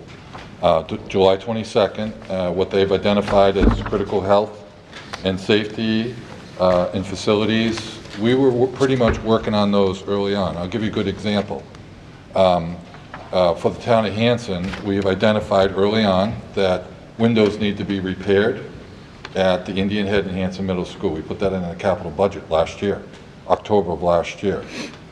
So that's been a big issue with DESE and the state, identifying air movement in the building. But if you go down the list, I don't know if you have a copy of it, preparing for these spaces, learning spaces, staff office spaces, mask break, even to the point where we have playground areas in the elementary school that we're going to designate as a mask break area. So again, what we're looking at is things that we've been preparing for and adjusting to, and what DESE has come up with. Medical waiting rooms, and then we look at it as an isolation space. We have a couple of buildings where we've had to create isolation spaces in the nurse's office, and just in case one of the students comes down and has symptoms of COVID-19. And that entails building an area, creating a space in that area, and making sure that's a safe space for them to be in. And also for the staff to be able to see them in that area, and also having a bathroom available for them. So there's a lot that goes on in there. And then as you go down the list of entry and spaces, as far as the schools, coming into the schools, we used to allow people to enter this high school and go to the counter. That ended. Same thing with the elementary and middle schools. So all those things we've adjusted to. And when you look down at the next line, making systems and other space used in modification, ventilation, and HVAC. That's the McGiller that we're dealing with right now. Looking at our system, to look at what we have for univents. We have 220 univents in the district, just over 300 classrooms in this district, but univents are an item that, it's a low bid item, and it brings in heat and ventilation into the classroom, and we have to be able to treat those univents in the future. But right now, the important thing is for us to get air and ventilation into those classrooms that we have. Again, I described it, over 300 classrooms in the district, that we have to make sure that we have airflow into those classrooms. Going down the list, operation protocol, as far as school cleaning and disinfecting, we have a contractor that we've been in communication with, and we've identified, I guess, for me, is trust but verify, and the cleaning protocols that we have in place with the contractor. So here's what my vision is, and here's what we're going to be doing. We have training for all our custodial staff, all our staff, on the 19th of August. And what will happen there is we'll bring in professionals to train the staff on all the touch points and what has to be cleaned during the day when the kids and students are here, and office staff are here. And then what we're going to do after the training, we're going to verify that what they're doing works correctly. We're bringing in a hygienist, and that hygienist will take samples, and there's an automatic reader to make sure that if there's a cleaning process done, that it's foolproof. It's not just, oh yeah, they cleaned the doorknob, oh yeah, they cleaned that. We want to make sure that when that cleaning is done, that it's done the right way. So there's a lot of things that we're doing in the district. Not saying it is out of the unusual that we're, taking our HVA system apart and figuring out the best way to run the system. We wouldn't normally do that during the summer months. Our summer months would be spent on trying to get the buildings back together, changing filters, and making sure the classrooms go back together. Right now, what we're looking at is cleaning the classrooms, getting the ventilation working, getting the cleaning protocols done, and then taking all the furniture that, and Jeff described, you got the pictures of the classrooms that we have there. On the average here, we probably, at the high school, we probably, under normal circumstances, we probably have 25 to 26 desks and chairs in those classrooms. We're reducing that to 15. So those extra desks and chairs have to go somewhere. And so we have contracted a contractor to rent storage trailers, and that's district-wide.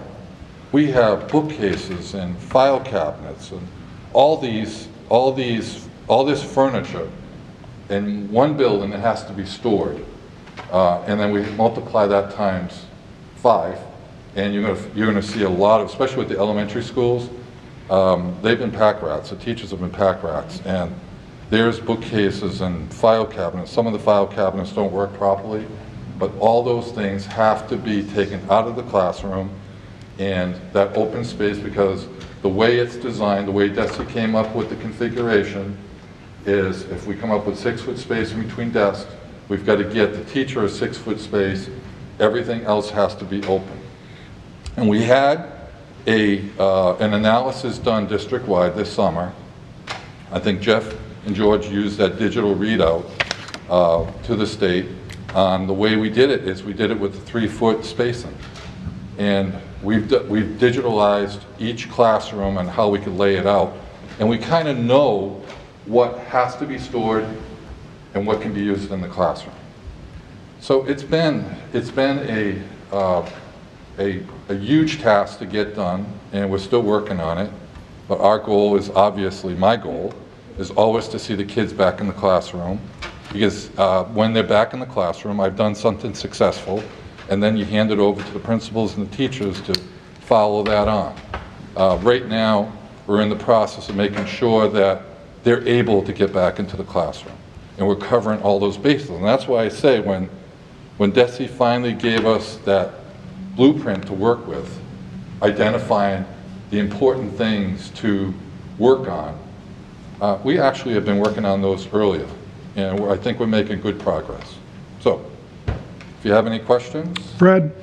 A few questions. You know, first off, right off the top of my head, storage.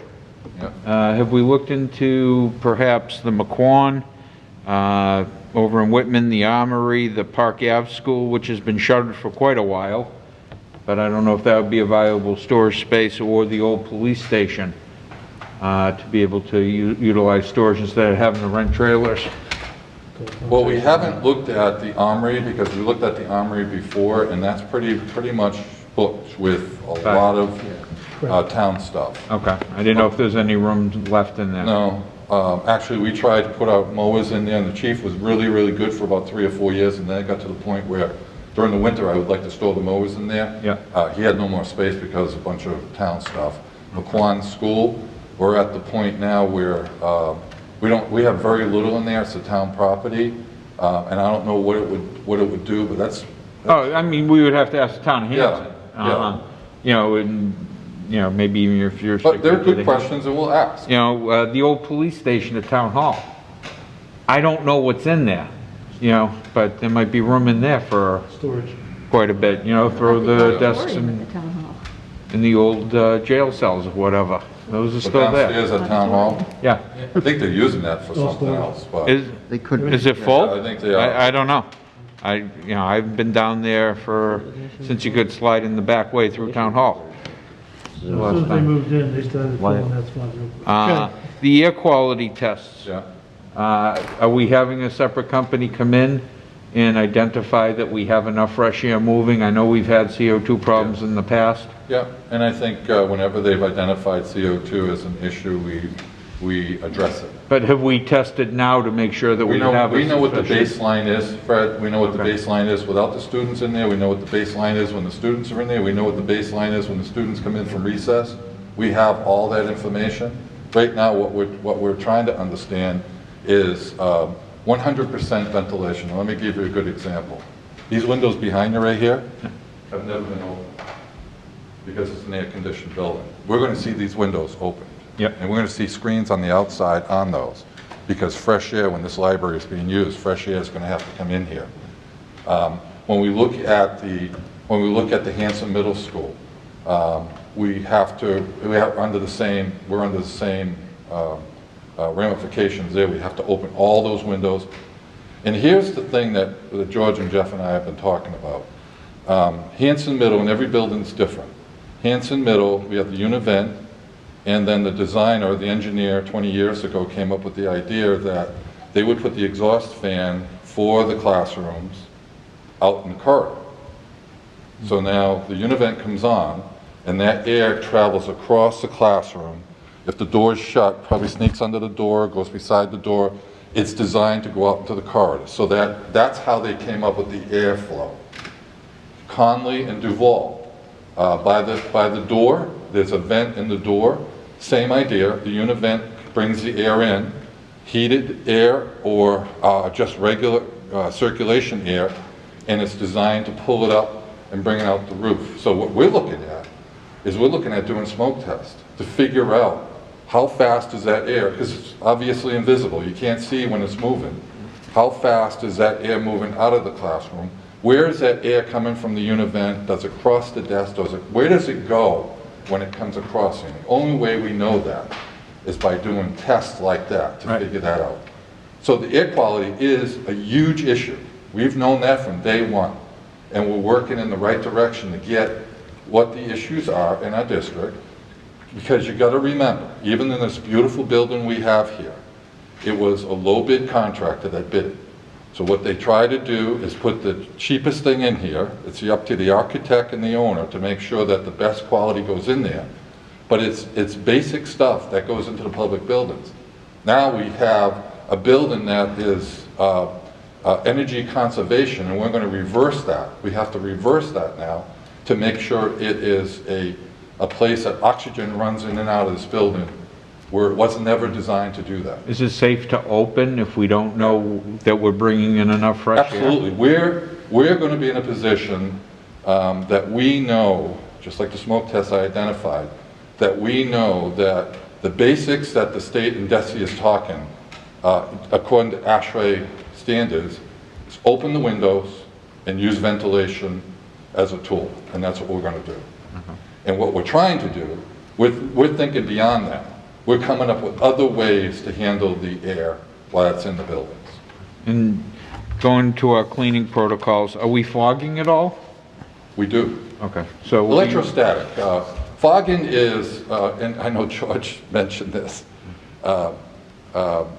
fogging, when people come into your building, if it's not, if that thing's not sealed, it would, like wallpaper falling off the wall when they fog. With electrostatic, it attacks under the table, under the chair, touch points that you don't really know that people have been Well, to. the chemical is charged. Yes. There's a positive atom, and the this is a equipment's negative charged. atom, and it's Right, drawn right, toward exactly. it. You know just as much, if not more, than I do about this. Yes. But for us, the electrostatic type treatment is what we want to do. And we have the equipment, and we've ordered more equipment. And our protocol, and you must have a copy of it. Yep. Our protocol, again, is, to make sure it gets done the way it's supposed to get done. I didn't see the fire, I see the wiping of handles and the wiping of everything, and I'm not familiar with the BioWest product. I don't know what the wet time needs to be. I know in most of the products that are rated for COVID, it's either a 5-minute wet time or a 10-minute wet time. This is 10 minutes. It's 10 minute? Yeah. Okay, because I know like the SC360 stuff is 5 minute. Yes. Ammonium, and I'm sure it's the same thing. Yeah. Quatrate. So when they wipe it down, are they making sure that it stays wet for 10 minutes, et cetera, et cetera? Well, and that goes back to what I had mentioned to you earlier about verifying that it's done the way it's supposed to be done. And I think training is so important right now to when they have a class or a seminar on how things are supposed to be done, the practical thing is that they need to go back, and they'll see that in real time. They'll see that what they did worked or what they did didn't work, and they will correct them or the custodial staff from doing it and making sure that they do it right. Okay. Anyone else have any? Hillary? At the secondary, can you hear me? Is it okay? I don't have a microphone. Can you? The secondary level, kids moving classes, are you going to be, Steve? is there going to be a requirement to clean desks in between? And I know at the secondary level, we're trying to limit the movement of children, but it's inevitable. So is there anything, and I don't know if this is a question for you or Jeff, I think it's for them. To clean in between classes? Yeah, so what we're trying to do is that at the secondary level or at those places when you have to move classes, we're trying to elongate the passing period so that we're working with the teachers union to make sure that those desks and high-touch areas are wiped down then so that the next class comes in and it's clean and secure. Also going off with that, there's also a protocol for, we're working with First Student, our bus vendor, to do the same thing in between bus runs so that high-touch areas of knobs, seats, back and side of seat will also be done during the bus runs, and then later a formal cleaning will take place, or more intensive cleaning once it's done. Mr. Boyce? Yes, so, and I love these pictures, thank you very much. Knowing our younger populations and our students, having been in the schools, you'll see desks, just because they stand up, they lean against them, they're 3rd, 4th, 5th grade, they're gonna go all over the place. I mean, when they were in groups, we'd find one group almost like, it's almost like the continent's moving. So is there a plan or something we can do, Ernie, that, and I know it's probably gonna be a teacher by teacher with a room and everything, and I mean, they got enough going on right now, wiping down the desks and then trying to reorganize where the desks are supposed to be. Is there gonna be some sort of, other than the pictures and so forth, way to determine where that desk is and how it stays there, in a sense, I guess is what I'm asking. Okay, Steve, I think I could answer that for you. Thanks. Part of the responsibility of SJ Services, not only cleaning, vacuuming, and making sure things are wiped down, we're putting that responsibility on them. We have a digital readout of the desk and chairs are supposed to be. Yeah, you were mentioning that, okay. So and you don't notice this, but tomorrow morning, they'll be coming in here, they'll be wiping stuff down, and they'll be putting these tables back to where they were before. So that's going to be there, and again, that's training. Yeah. And there's less desks in the classrooms that they're going to be responsible for. So to answer your question, yes, I think we're going to have a pretty good handle on that. Okay, good. I think it's, making sure that everybody does what they're supposed to do. Yeah. And we're going to, that's our job. Right. Right. Gotcha. Thank you.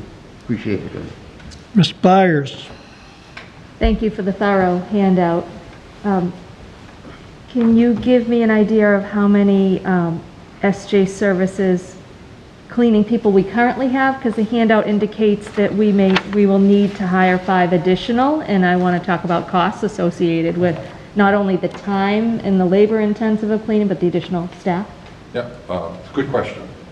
We have currently contracted with 36 SJ employees. Now that's in every school, and I'll kind of dig into that a little bit better. In every school, they have a full-time day porter. At the high school, they have a full-time day porter and another assistant here at the high school. Then in each building, the high school has 5. 2 of them are full-time and 3 of them are part-time. Same thing at the middle school. We have 1 full-time and 2 part-time. So what happens, Dawn, is that number starts to add up. And it's some of them, when I say 35 or 34 employees, some of them are full-time, some of them part-time. The 5 additional or the additional employees we're asking for, as you pointed out, we'll have additional people on staff here. That's a recommendation from the hygienist, and also we go back to the contractor. They're responsible for making this work. If we force on to them, this is what you're going to get and this is all you're getting, then the burden's on us. We ask them, what are you doing in other school districts? What are you preparing for? In a district of this size, this is what they're recommending. Now again, that might change because this is going to be in real time when September rolls around, and we're going to figure it out a lot better. And then when you test it, if you find it requires more cleaning, labor, and more time. So to answer your question, finances, I worked out the gold card, COVID gold card, and made George mad again. But it'll either be Senator Brady's money, the $200,000 that covers PPE, or cleaning, or the per pupil Plymouth County money that we have out there through both communities. Right. So if the cleaning costs escalate because of COVID, we can build the COVID-related accounts. And if we need more, it's there. And it seems like there is a push from the state to make sure we do some sort of in-person. And if we say this is the way we need to do it to keep kids safe by adding additional cleaning staff, there might even be more federal money coming through. So the cost piece, yeah, I looked at it, but if we have to escalate, we'll benchmark it as we go. Like George said, we're looking at additional time. We're trying to keep cohorts even at the middle level together. So you might be a 6th grader or a 7th grader might be at middle school, and the teacher moves, but the kids stay. So you're not wiping down in between. Right. It'll be a little less frequent travel. Okay. Fred, you have another question? Yeah, just real quick, and I was going to say I thought it'd be COVID money, but also I think fogging is your best bang for the buck, when you're moving. I mean, you could fog this library in probably 4 or 5 minutes, and it does an effective job. Yeah. I'd look into buying more foggers and, We actually have 2 orders out there. I think there's September 1st is delivery of 4. In the middle of August, it's delivery of 2 more. Okay. But we're actually going to electrostatic. We do have the foggers, Fred, but I think what happens and I just kind of described it, there's papers on the wall. They'll bring that after the but it's the product that's charged, not per se the fogger that charges the product. Ernie, one more question, Mr. Jones. How is electrostatic given out? How does that work? As far as the... Is that something that's rubbed on? Is that something... No, it goes through, it's almost like a fogger. Okay, like a... Okay. We actually, again, going back going back to December or January last year, we had some demonstrations from Clorox, and they came in and they, actually what they did, Mike, is they put painter's tape under the chairs and in crazy places that you would never think about. And then they sprayed it, and then they used a black light, Yeah. and then you look underneath and you see, after you pull the painter's tape off, you see it's kind of mystified everywhere else except for where the painter's tape was pulled off. So it travels in places that normal fogging will fall. Yeah. The electrostatic actually attacks areas underneath the chair. So it was a proven science for us by demonstrations. Thank you, Ernie. Thank you. Thanks, Ernie.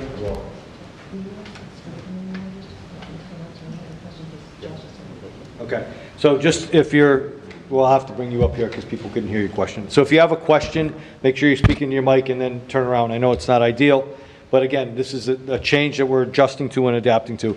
I'm going to ask our lead nurse, Lisa Tobin, to come up, talk a little bit about health. In your packet, I don't want to go through the 27 pages of our protocol, but we have a protocol that was recommended by DESE and DPH, what to do when a student gets sick, what to do if a student has symptoms, what to do if a teacher has symptoms, all of the above. This will be on our website for parents to follow, so I think it's going to be critical that they look at this prior to whatever we do and start school in September. The key piece is identification, and I think you're never going to hear the superintendent say, if you got the sniffles, stay home. Teacher or student, stay home, at least to see how symptomatic you are. Attendance is going to matter, but the attendance police isn't necessarily going to come out and get you this year. So we want to make sure people are healthy. These are the protocols. Lisa's been in touch with Dr. Belcher, our school physician. She's going to talk a little bit about that, and then she can answer some of your questions about health. Thanks, Lisa. So I've been on weekly Zoom calls for the past few months with the Department of Public Health discussing what our guidelines would look like to return to school, to get kids safely back to school, and with area nurse leaders on how to implement the guidance from DESE. So we were able to put that into play a little bit over the summer as we had a small population of extended school year students. So we basically went off without a hitch. We had no major issues. We followed all of our protocols. The staff had training. The staff received written protocols on how we would do everything. So that all went fine. We also started constructing our medical waiting rooms with Ernie. So our medical waiting rooms we're trying to make adjacent to the nurse's office. So that way, if a student who's ill with COVID, they would have access to the nurse, but no access to the care of the other kids. So it will be separate, but the nurse can still get at them. And then the students that come down for regular care or for other complex medical needs, the nurse is there for them as well.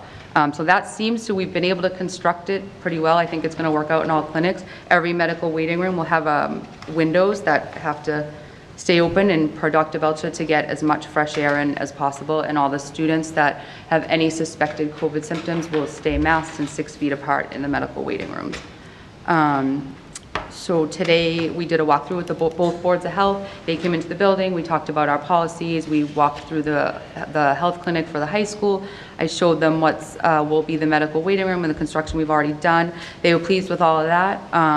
I've worked collaboratively with Gil and Alexis all throughout the summer. If I had any questions, turn to them. They would in turn get me the answer before we made any decisions on anything. As well as Dr. Belcher, our school physician. He's been great in getting right back to me. We talked about what the best practices would be for implementing all the guidelines from DESE. So far so good. Anyone have any questions? One of the things that, while Lisa, before she gets down, she's done a remarkable job with this. Right now, she's a school nurse and gets paid a stipend as a lead nurse. She's worked above and beyond that stipend. Through COVID, using COVID resources, this is what I think is in the best interest of our district. Lisa's going to move, she's still going to be a school nurse, but she's going to be our lead nurse, our point person, and she's been on the phone quite a bit. So she's not going to be she'll be in the clinic, but not necessarily seeing kids. We're going to add a replacement part-time nurse at the high school to take care of our preschool kids. That's kind of what Lisa did, but she was full-time. We're also going to add, we have a 20-hour-a-week float nurse who would cover a building if a nurse was absent. We can't afford to have no coverage. If that float nurse knew in her contract, she does know in her contract, if we needed her for that day, she would work the full day, even though she was a 20-hour employee. We're going to add another float nurse, so we have 2 float nurses just in case we need those folks.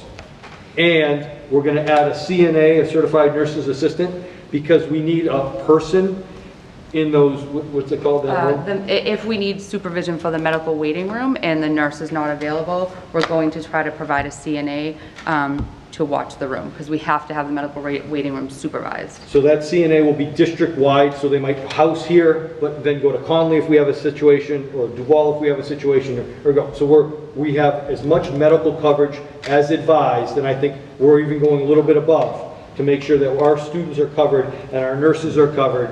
I would rather have more than less at this point, and if we have to pull back in January because we don't see the need, we can pull back, but I'd rather go forward and make sure we have adequate coverage for our kids and for our nurses as we open the school year. So that's the plan, again, covered by COVID, spending that money again, and I hear it from him in the back, but I think it's essential that we do that for our needs. I don't want to have a nurse's office uncovered. That was a question on with the commissioner. What happens when a school nurse is absent and there's not a plethora of folks to cover? We're going to make sure we have 2 float nurses that can come in and fill, and if not, we then have more coverage. There's more additional paperwork with this. Lisa used to do a little of that paperwork. There's more COVID stuff and more stuff coming from DPH. I'd like her to be that point person and focus fully on that rather than doing other duties within the district. So just to let you know, we're going to have more folks in here. Fred. Medically.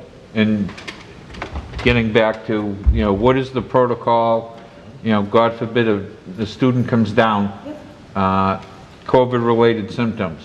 So I would assume that they would be isolated and sent home. What the plan will be. Now we're waiting for them to get tested, perhaps? So so as of right now, per DESE and DPH, if a student comes down with COVID-related symptoms, they'll the teacher will call us, tell us they're on their way. So it's going to change from what we've done in the past.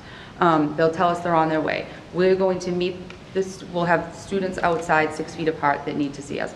We can meet that student at the door and do a quick assessment. We're not bringing kids into the health clinics because they have to stay sterile.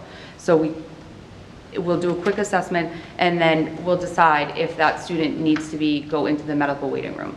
Once that student goes into the medical waiting room, they will have to be picked up by a parent. After that, they will need to be seen by a physician. If the physician then deems that yes, okay, it's not his asthma, it's actually something that we think it's COVID related, they will test them. Now we work with we now work within that cohort of students on who was their close contact. We'll take those close contacts, and per DESE, those close contacts will need to stay home. Once the test result comes in, if it's positive, the close contacts can do one of 2 things. They can either go get tested. If it's positive, they stay out for the full 14 days.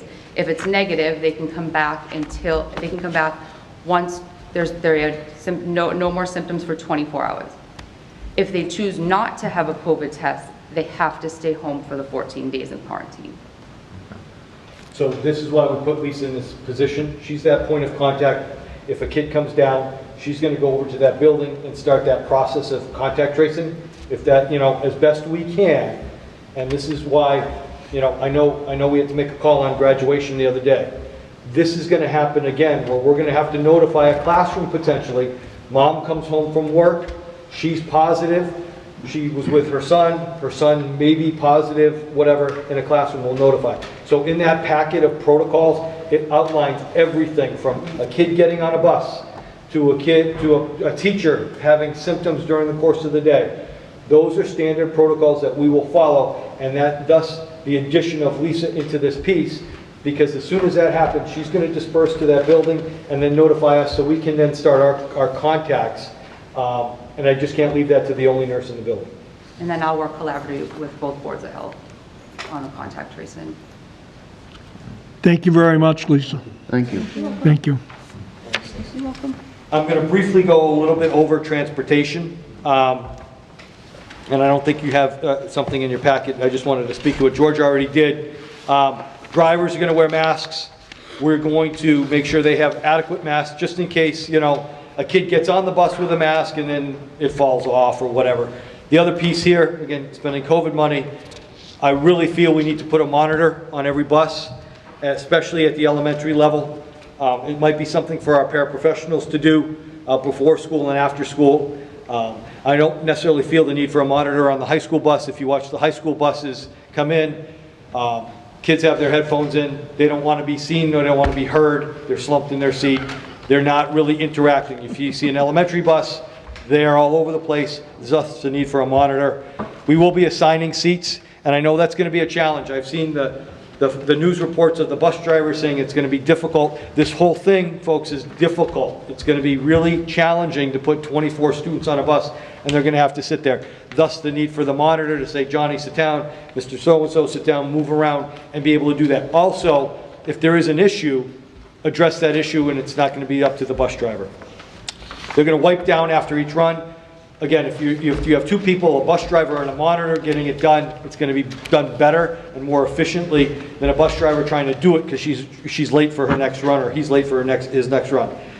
The daily disinfecting is at the end of the day. There's a product that they're looking at for a month that they do at the end of the month, but the product that I have here is what First Student is going to use at the end of every day as a disinfectant. That's what I think as far as their process. There'll be, since we share buses with Abington, or we contract or First Student Services Abington as well, they're going to use the same product for all of our First Student runs. In this section here, you can see we usually have a 77 or 71 passenger bus. We're putting a max of 25 or 23 on it, and then there's a little diagram to show you what it might look like on a bus. The little red dots are our students, the driver, and the monitor. It's going to look like a little jigsaw puzzle or a little crossword as you go along. I can only recommend, if parents don't have to have their students take the bus, if they can get them to school, it would be better for us as a district. It will work better. If they need the bus, they have to take the bus. Karen Villanueva is doing a great job of trying to figure this out. It is a puzzle. There we go into, whatever model we need as we go into a transportation. This is why I'm going to ask the committee to say, hey, look, students, if they're on a remote plan and they want to re-enter, it's not a waiting period, but let us know at least two weeks ahead of time, because if you're taking the bus, we have to redirect how we do the bus run. You want to add something? Yeah, I want also everybody to know that one of the reasons is because if you have a 72 passenger bus, I know bus 24 that runs up in the Whitman area off Harvard, that would be 4 bus runs that you would need in order to make sure that one bus run of normally 72 takes place. This will also impact exiting and entrance to schools. So when we talk about what does it look like when the buses roll in, what does it look like when the buses leave, that's part of our, if we remember the graphic organizer about 17 and a half hours ago when we began this meeting, that's one of the things that'll be worked on at that level. But if you can imagine, there's 22 buses that roll up to the high school. They're usually side by side at dismissal, or right behind each other at entrance, and at dismissal side by side. You now might be looking at the whole loop. We bring the odds in first, we bring the evens behind them, and then you'd have the ability to release like bus 1 and 22. So those students would come at the same time. You're also looking at things now that aren't lockers. So the student use of lockers really wouldn't be taking place. They'd have to have their things with them for the most part. So that exit should go a little bit quicker for those 2 buses at a time, but when you stagger it out, those are the things that we'll have to go through. Same at the elementaries, and same at the middle schools. So entrances and exits, as far as if everybody's dropping their children off in a car, we now have to handle. So those things are going to be worked on. We're going to work with some of our paraprofessionals and some of our ancillary staff to make sure that the safe and diligent or properly spaced entrances and exits will also take place for transportation. I have some questions. Fred, Dawn, Dan. Fred. The monthly product that they're talking about, just make sure it's EPA rated. I think I know the product that they're speaking of, and you hear claims anywhere from 30 days up to a year, up to one company that says, oh, it'll last for life. We'll vet the product. That's the product that they're using right now that they pitched to us. But like, again, I'm just giving you the outline of where we're at. We'll work on those pieces if they're not what we think is appropriate as we move into September. Thank you, Fred. Dawn? Under the hybrid plan with the in-person cohorts A and B coming to school, do you expect school times to stay the same as they were last year? It may depend on buses and how much time you need in between? Yes, to the best of our knowledge, Karen Villanueva feels that under the hybrid, which is half the students in a cohort, that we're talking within 5 or 10 minutes of our current schedule. So this was done because we looked at everything we could.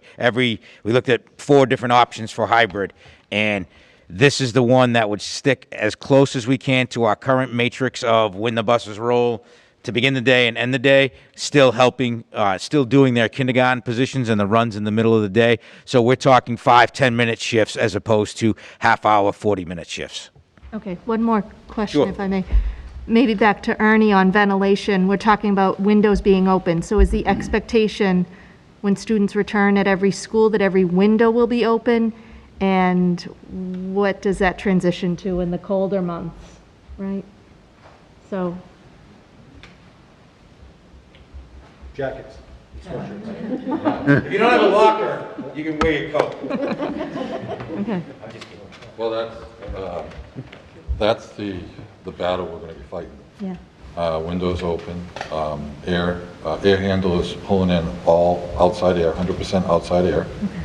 And that smoke test I talked about, where does that air come from and where does it go? So we want to make sure that we're just not pulling in, because I guess you would, when you look at it, this is a pressurized building, and it's designed that way. So a lot of the schools are going to have a difficult time unless we do some tweaking, bringing air in, and then not battling the pressurized in the building to escape.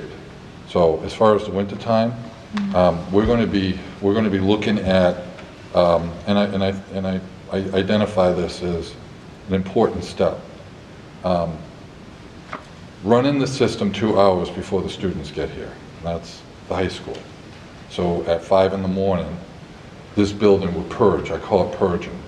We'll start the system up and purge the building, get the fresh air in the building, exhaust the building, and hopefully keep it where at its comfortable margin.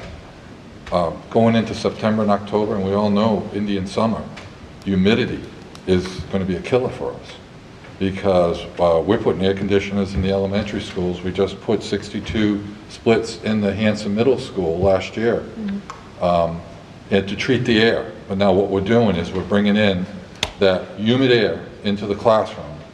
The oxygen level's high, which is important. But the humidity is going to be very high. So there's a lot of challenges we're going to be up against. We're not good. You know what it is, Dawn? There's 351 communities in Massachusetts. Pretty close to, I think there's 279 facility managers. They're all up against that same challenge, trying to make all this work. And as we go through these phases, we'll discover some things and make some corrections, but collaboratively, we'll make it work. And we'll do the right thing. And I think, you know, this leadership team here from day one has been trying to look at any option that's out there and bring it forward. If it's a good idea, we'll use it. All right? Thank you. You're welcome. Mr. Cullity? Okay, for transportation / hybrid and everything else, we're adding additional buses, or we're doing one bus making 3 runs for the same? As of right now, we're not adding additional buses. We are only using the buses that we currently exercise in this current contract. We've been told by the bus company and through Karen Villanueva that we actually do not have, we have X number of drivers and X number of buses. So we're making this work with the structure that we have in the 3rd year of our contract now. And are we going to set up some type of option if somebody has gone to do it remotely, and then they decide they want to bring it back in and join a cohort? If they're within the radius, are we going to charge them for busing? We don't have That is, that child? that's above my pay grade. Right, but You can't charge them. Well, what's going to happen is that there might be different buses than normally picking up different students, depending on the situation that you might have. Karen Villanueva is bracing herself to be, as unpopular as Jeff was last week when the bus clarification pieces go out at the end of August, because there are going to be different times, different groupings, different things of that nature because of the situation that we're in. But what we're hopeful for is that the household aspect that we can have, where we pull for households, is also geographical in nature so that we can shape our bus routes.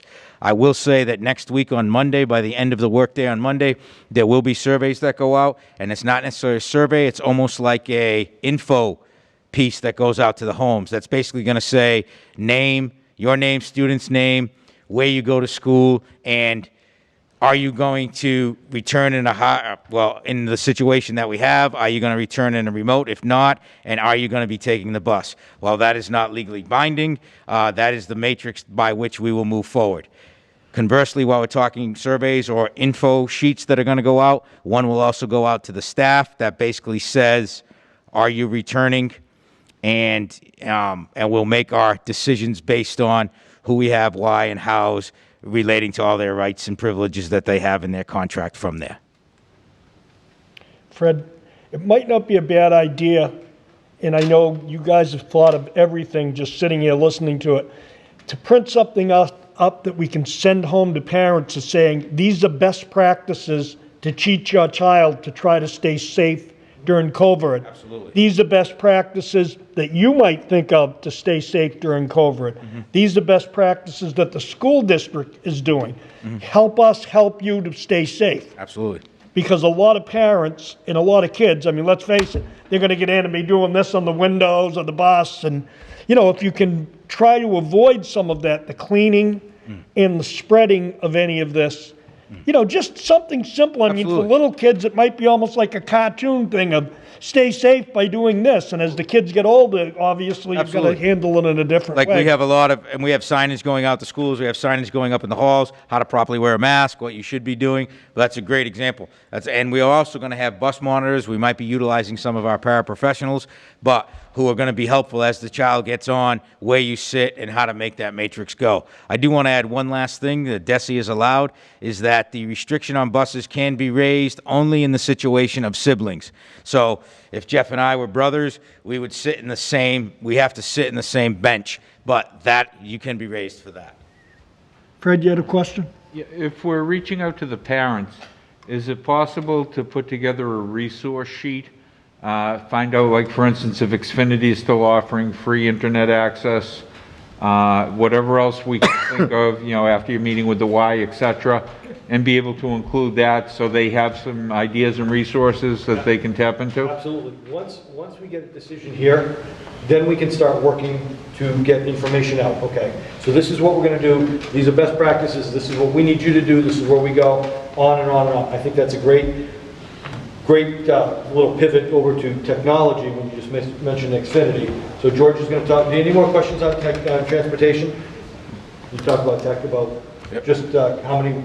Yeah, so basically technology, just to review, is that the fact that we are a situation where we will have class sets, and we're aiming for class sets in the classroom for 10 to 14 so that students can use it here. We will also have the ability to, like we did in the spring, offer a situation where somebody might need either access when that happens with Verizon hotspots, and or a device from the school. There is a window that there is a changeover that we have to do in order to accept any wireless access point that you have at your home, but that'll be again through technology in the rental, or how it would be, or the borrowing of that. One thing we have to make sure of is that while we still do not have enough Chromebooks to be a one-to-one specifically, we also have to understand that if the state still does MCAS as we normally do in the spring, then there has to be a changeover back to receive those, because we then have to make them MCAS compliant, which is even more strict than we normally have here. But there will be availability. Again, we're asking that if there's a need, there's a need. But if there's a want and you don't need the need, maybe we can talk about that. But our goal is to make sure that everybody's cognizant, staff and students and families in Google Classroom. One of the nice things about Google Classroom is that it's also offered, they also offer self-help tips for parents to say, how can I help at home in a Google Classroom setting? So when Fred's saying, what about resources, that would be one of the resources that we would also put, so that we can all be on the same page as best we can. We also do envision that there will be parent forums from a Google Meet type aspect, especially when we talk about what does open house look like. Open house is not going to look the same. Open house might look like a video that you tune into with your teacher in the classroom, as opposed to the family coming in at the elementary level or the secondary level. So those are all the things that, if we go back to the graphic organizer, that we have tentatively in place, ready to go once there is a decision that's made, so we can move forward properly. Do you have questions on technology or anything? So we've got about 150 questions here. A lot of them are logistical questions about, once the committee decides on whatever, how are we going to implement those things? So when Chris Howard told me to do an FAQ on the budget, we're going to do an FAQ on the logistics of whatever we choose here. A lot of them are about remote options. What happens? What's that company? My teacher we should know the teacher. I'll answer those questions in the FAQ, depending on where we go here. One of the questions that did come up that I think is pertinent is kindergarten, because we built parents for kindergarten. So the theory behind kindergarten is to keep full day. If parents were going to be charged for full day K, and I think David asked that question at the last meeting, we need to go 5 days a week. We will still offer half day K. And if a parent wants to go, if we choose hybrid, if they only want to send their kids 2 days a week, half day or full day, I would say half day, because I'm going to have to charge you the full day price, because that's where we're at. They can choose half day hybrid and modify their student. If they're not comfortable coming 5 days a week at half day, we can modify that. But my recommendation is to keep full day K. We have the staff in place. Those class sizes, that's the only class, or kindergarten's the only number in the district that I can maintain. Because I can keep kids out or I can keep kids in. We can accept kids in. Right now, the biggest kindergarten class is 21, and we're using the biggest room in those buildings. So Karen's going to use her biggest room that we, again, pressure tested, that we can put kids 6 feet apart the best way we can at a full day. Understand too, kindergarten has a little extra help with parents. So my recommendation for this committee is we keep going with full day K. Preschool's a different piece. We were mandated to do preschool. We have 40 plus kids that need preschool by law, and we need their peers. So if parents want to send their kids to preschool, it's still tuition. Same thing that we did last year. If you're full day, if you're half day, it's tuition based. If we end up going remote, I'm going to ask this committee a little later on to affirm that we're going to continue to charge. Unless the committee goes remote now, then we're going to probably not do full day K, because I don't think that would be feasible for parents to pay for full day if we're all at home. But if we start school in a hybrid or in a full in-person, and we pivot to remote at Thanksgiving, parents will have to pay for that tuition, because I've contracted those teachers for the year. It's just something for you to think about as we go. But the other FAQ pieces, a lot of them have to do with SPED and SPED transportation, one-on-one, what's 3 feet versus 6 feet, how are my students going to get that service? We'll answer those in an FAQ as well. We still have to work that out. I can't stress enough, school is not going to be the same. And we're going to do the best we can to educate academically and socially the students in a safe environment. And finishing up the parent options. If parents want to opt out and they want to go full remote, the best I can do right now, and the district can do financially and with our current teachers, is an outside vendor. It's the state recommended outside vendors. The state has 4. George spoke about them a little bit more. We'll get those out to parents. If parents decide to go full remote, it's going to be on their time. They're not necessarily going to be in a student schedule. The full remote academic experience is not like Zoom. It's not a full classroom. You'll be on screen being taught by an educator. age appropriate, level appropriate, and again, we can define that. And the goal, if parents go remote, is we try to integrate those students somehow in our course of the school year, so that they're just not left alone on an island by themselves in their house and they have no connections. We will try to integrate them. The difference between this time and March, and I think I didn't have that revelation until early July, is we're not under quarantine. People talk a lot about the social emotional piece. Kids are playing baseball right now, kids are playing soccer, they're doing things. Whatever we choose to do as a district, that after-school component, until the governor puts us into quarantine, will still be there. So the connections made in the classroom, even if you're not in the cohort with your friend, you can still socialize somehow, parent-approved, for those students. That's the major difference that I see now here. In March and April, we couldn't come out of our houses. In May and June, it started to relax a little bit, but nobody wanted to have their friends over or do anything. That is a little bit more relaxed. So that social emotional component is important for us here to get them in, to establish a relationship with their teachers, their peers, and then no matter what you choose to do, we add the education component. But I think that's important for people to understand. We want kids back in as best we can in the safest way possible, and each district is different. There are some districts doing this, some districts doing this, and some districts doing that. I'm giving you, or we're giving you, what we think is best for our community, and what'll work for our kids in Whitman-Hanson.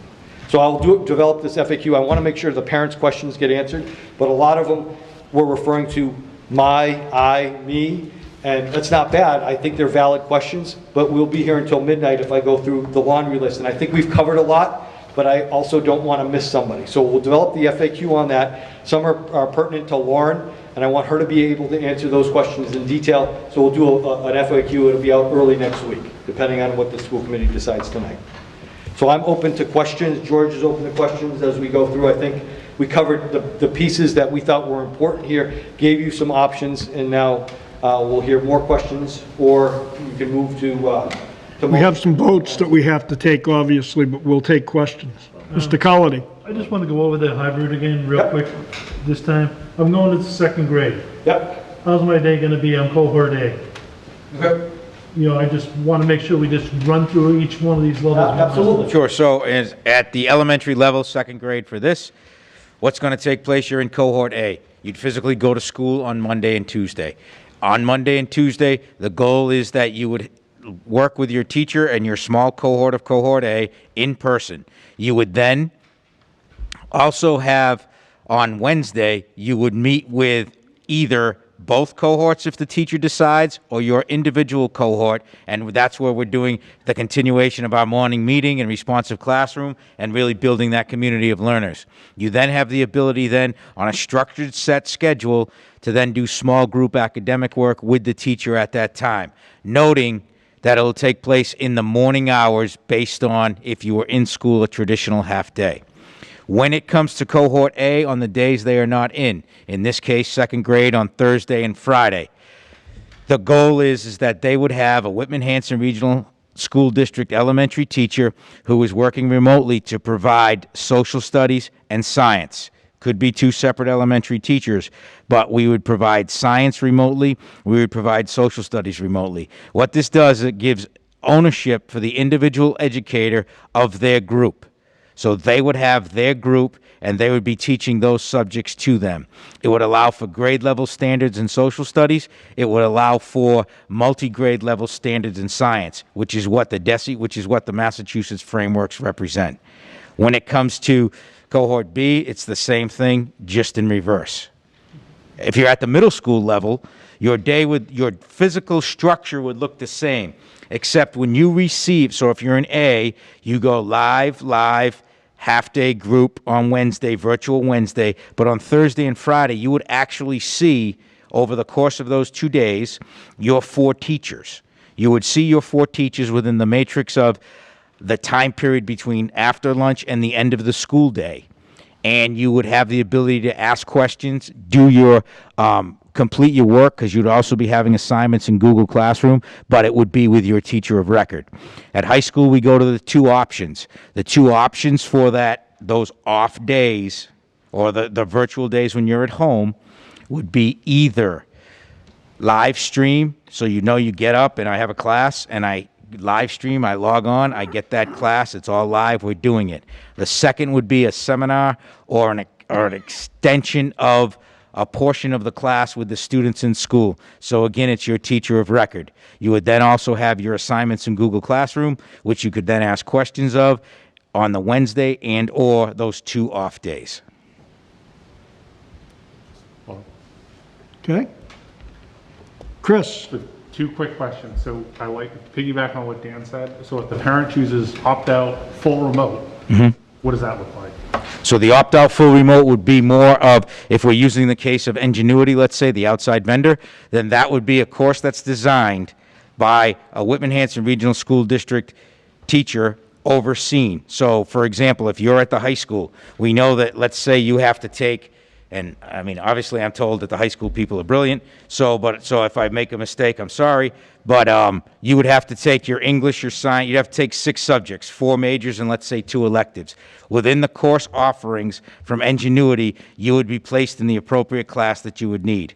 You would have either a curriculum coordinator or a teacher who is not working full-time in the live sense, who would simply coordinate those classes for you. So they would enroll you. They would check in to make sure that your classes are being attended. They would make sure that they set up your assignments. They would make sure that if they cancel a piece out of it because that's not applicable to what would happen if you were in school, they would do that. But it would not be teaching in the sense of, Mr. Dempsey is my teacher for this subject. It would be separate from that. As Jeff talked about, at the younger grades, there will be a hopeful way to bring those students who are fully remote in, especially at the K to 5 grade, maybe into that Wednesday morning meeting or some other time, just for connectedness, if we can do that. Okay. And then I know you gotta kind of get to next steps. So once we get through this, sounds like you're gonna do the survey, get parents to hopefully make a decision so we can build the appropriate infrastructure around it. Correct. When do you think we would be able to look or have a sense of, let's just say theoretically we go to the hybrid option. Right. There's going to be some in-person cohort A, B class sizes. When do you think we'd have a sense of what that looks like? So potential schedules are already in place. They're already there. They would have to be tweaked based on who is actually coming back. But the concept of what class looks like would be the same at an elementary school and a middle school. There is some decisions that have to be made with the high school matrix just due to movement as far as how many periods you have in a day and things like that. But the matrix of the schedule is ready to be employed. So what would happen is it's a normal schedule at the elementary. You'd split the cohort, you have a cohort in half, and I only mean that by numbers. So let's say it's 24. You're looking at in a household situation, you try to separate 12 from 12, but then you have the concept of your school day taking place. There will be things that won't be decided until all the teachers get back, just as to how does the breakfast situation compare when those students are getting their breakfast to that student using his cubby and putting it at his locker, because now they have to be equidistant. But those things are logistic that will be worked out. But the number one thing we have to remember is you only have half the class that's there at that time. Well, and I guess what I'm trying to make sure we follow up is, as part of the budget process, we have 4 additional teachers, right? And yeah. It was 1 at the high school, 2 in Whitman and 1 in Hanson, whatever it was, right? Right.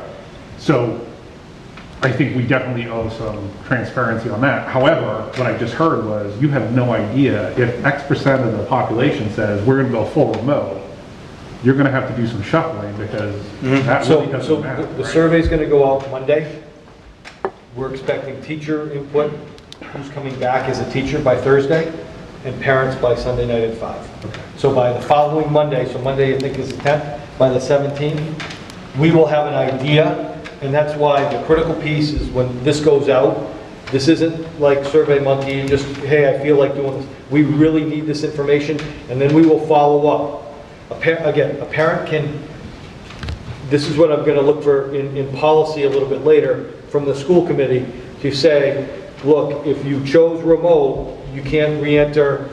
I chose remote for September 15th, and by September 20th, I'm coming back. And then by September 30th, I want to go remote. that's going to create chaos within the individual classroom. So we're going to ask parents to really be dutiful and answer the questions that we have, and it's very simple. Are you coming back? Are you going to choose remote? Are you taking the bus or not?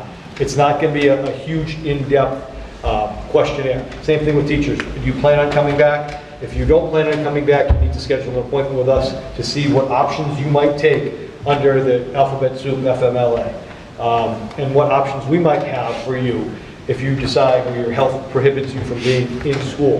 And we will have that. I understand that from the parent perspective, and I understand it from the teacher's perspective. So by the 17th, we're hoping to have those numbers and then establish those cohorts.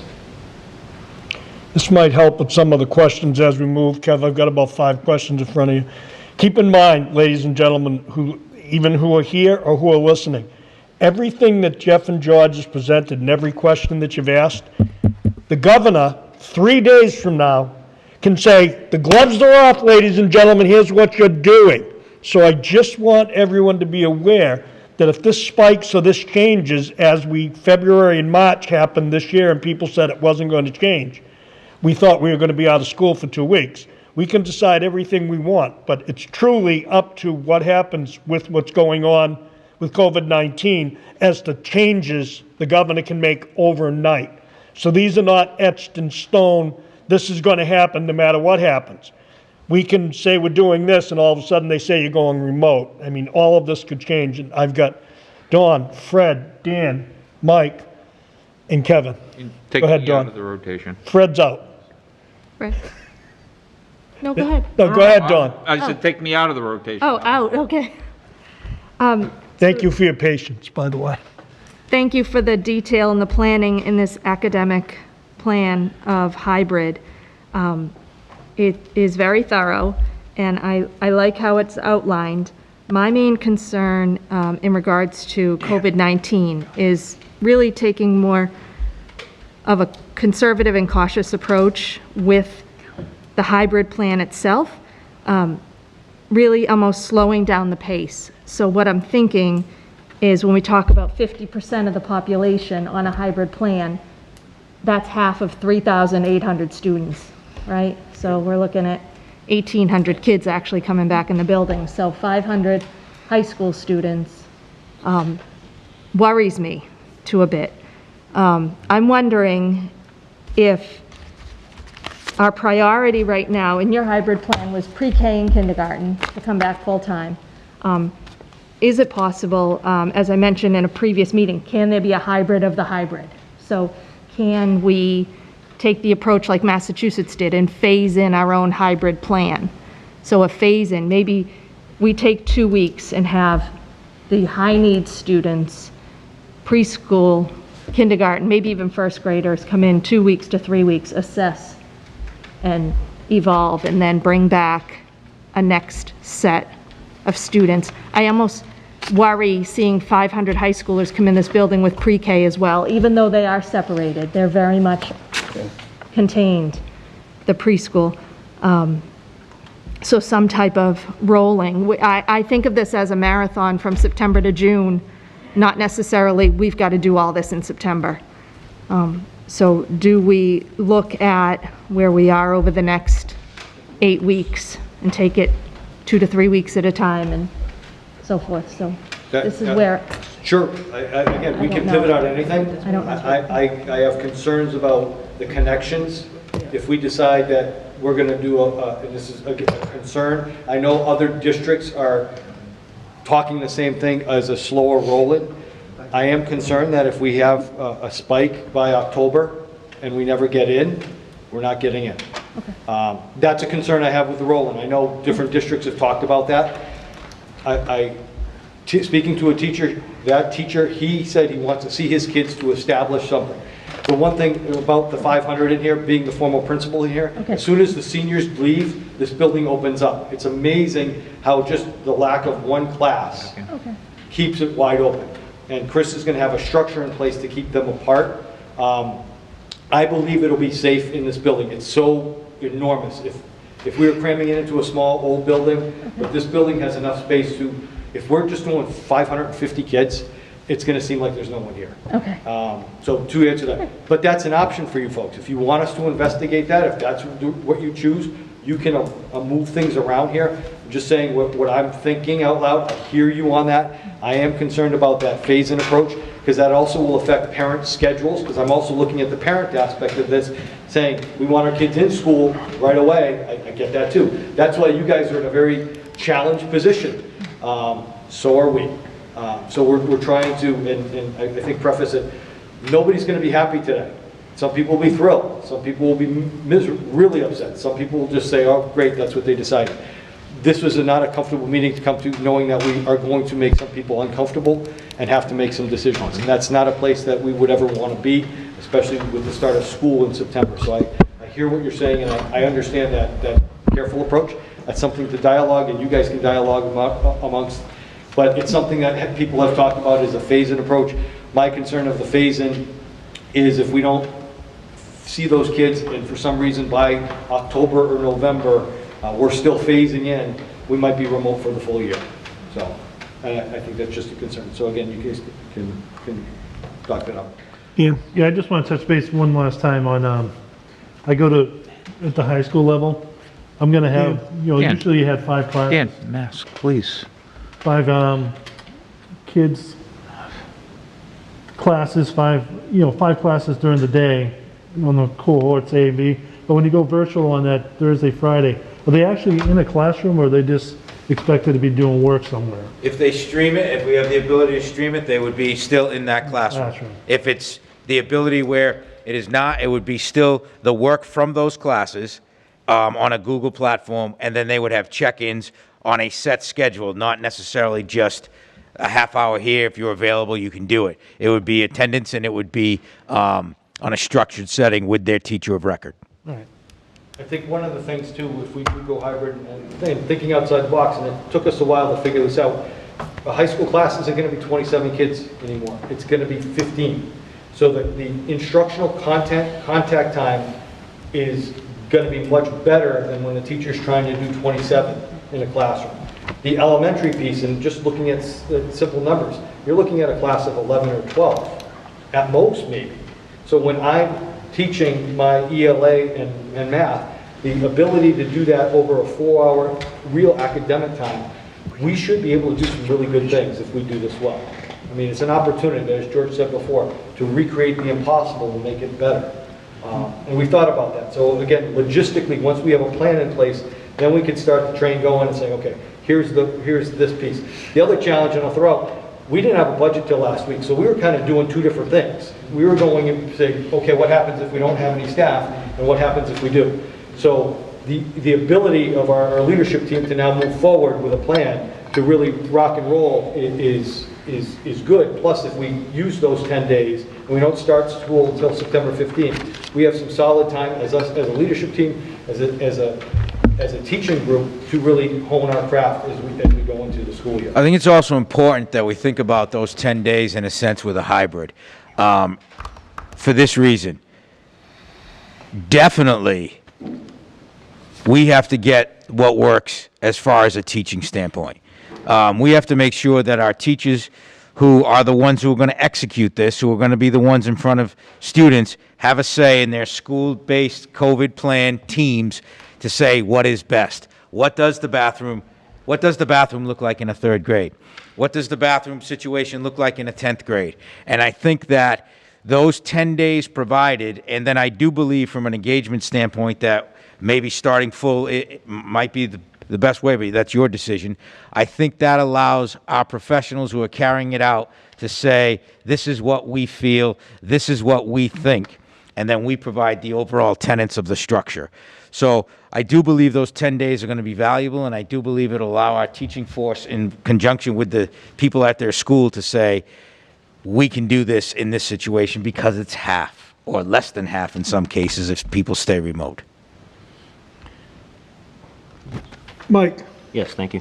Jeff, we're not voting tonight on deciding for the entire school year. This isn't set in stone. If we vote hybrid now and we hit Christmas break and we say, hey, everything's going great, Yes. and we merge back into a regular The day. reason why I'm sorry, I cut you off, but the reason why we showed those 4 options at the beginning was the best option is we go back like we all have in life, and it's eradicated, vaccine, what have you, we go back. And then we have the ability to choose from those 3 models, whether it's full in-person with modification, hybrid, or remote from there. So that could pivot, again, you know, and one of the questions, and I'll answer that, is who requires us to change? Right. Is it DESE, is it the governor? Well, the governor, yes. And then, but if we're seeing that things are going well and there's 0 cases in our area, I could come back to the committee and say, we're in a good spot, this is where we're at, and we've worked this out well, we could change direction. I wouldn't say that until probably after Christmas, second semester. We have heard, you know, vaccinations and all that. I'm planning right now to get in and go. All I've heard before is that there's going to be a second spike, so I want to make sure we're ready for that second spike as well. Conversely, DESE came out today and they're looking at metrics, the metrics of the communities that people live in as possibly a barometer or a determining factor as to when you might move to a fully remote or when you might come back from that. So that is something that's out there, and districts are working with the commissioner to find a uniform balance for each school district to say, we hit this or that raised or it lowered. Now that's the trigger to either leave the hybrid situation or enter a remote or to come back from that. Can I make a motion to move towards voting for the hybrid method? I've got a couple more. You can make that motion, Mike. Go ahead. Second, Mr. Boyce. I hear a second. Second, Mr. Boyce. Seconded by Mr. Boyce. Okay, we can move into discussion, but I'm going to let a little latitude go because these guys are ready. Kevin? Oh, good. Cindy, you want to come up with them? Sure, please. Come on up. Come on up. It's not often I see your hand up. All right, hi all. Certainly, what a roller coaster it's been with the whole budget, and of course where we are. We've been very fortunate to not only be on the planning meetings, both at the district and the building levels, but certainly here. And it's there's frustrating in many ways because there's more questions than answers. It changes regularly. I think, as you know, some of you are involved in the emails that get dropped by the state or DESE at 6:30 on a Friday type thing, and there's nobody there to take the call. Regardless of what comes out as far as the direction of the committee, obviously we're going to work with the leadership as far as the hours, wages, and conditions, and look to continue to address the kind of the day-to-day stuff, what that looks like, right? It's one thing to essentially talk as general, here's kind of the plan, but what are the brass tacks, so to speak? And there's certainly, as you can imagine, a great deal of anxiety, and I think the questions start to take over as far as the what if, and sometimes the challenging piece, if you don't have clear direction from the state or somebody else, then you're kind of left for your own devices. We've done some things where we've surveyed staff, we've talked to a lot of people, kind of the general trend in the sense is, you know what, we'll make this work, we want to do what's best for kids, but there's certainly concerns over safety. I learned some information tonight that I think is going to go a long way with helping people realize, all right, what is this going to look like, right? I have some concerns when you look at certain populations of students and the needs that we have. Can we meet those within the constraints of it? So I certainly just want to know that there are some concerns about what this will look like, although there is a sense that, maybe there are some positives with hybrids. We have some things that we have to flush out, certainly with the district in the administration, but I certainly want to know that, there are folks who are concerned, right? Again, what that's going to look like from a day-to-day basis. Those who, maybe can't come back because of, health reasons or otherwise, or essentially don't want to based on the fact that there's just so many unknowns. So I just wanted to kind of throw that out there and give you an idea that, obviously we're working with administration. We want to do what's best for, our students of this great district, and certainly the staff concerns that are there are real ones. And I'm sure there'll be more meetings and conversations coming forward. So my colleague Cindy will make a statement. Thank you, Kevin. Yeah, thank you. This statement is by no means our formal statement on behalf of WHEA membership, so I just want you to know that it's coming from more of a teacher perspective. We would be remiss to think that this would speak for everyone in our membership. So that being said, we feel that many teachers in our district feel the same way based on survey data. The decision you've been asked to make tonight may be a highly unpopular one. No matter what the outcome is, it won't be a fit for every family or household. After tonight's vote, though, no matter the outcome, we need to come together as a community and move forward supporting each other the best we can to keep Whitman-Hanson students and staff safe and deliver the best instruction we can. Delivering that instruction means going back to school and being together in a classroom as much as we can while being safe. So much of the success of any given year comes directly from the community of teachers and the community they create and the routines they establish together in the first few weeks and months of the school year. Students get to know their teachers, their classmates, and expectations are reinforced, and a family of learners is forged. Growth comes when students feel connected and comfortable and empowered by this, and it happens best in person. Despite valiant efforts by educators in Whitman-Hanson and educators everywhere, remote learning from March to June was not what we had hoped or wanted it to be, so we could deliver the best education.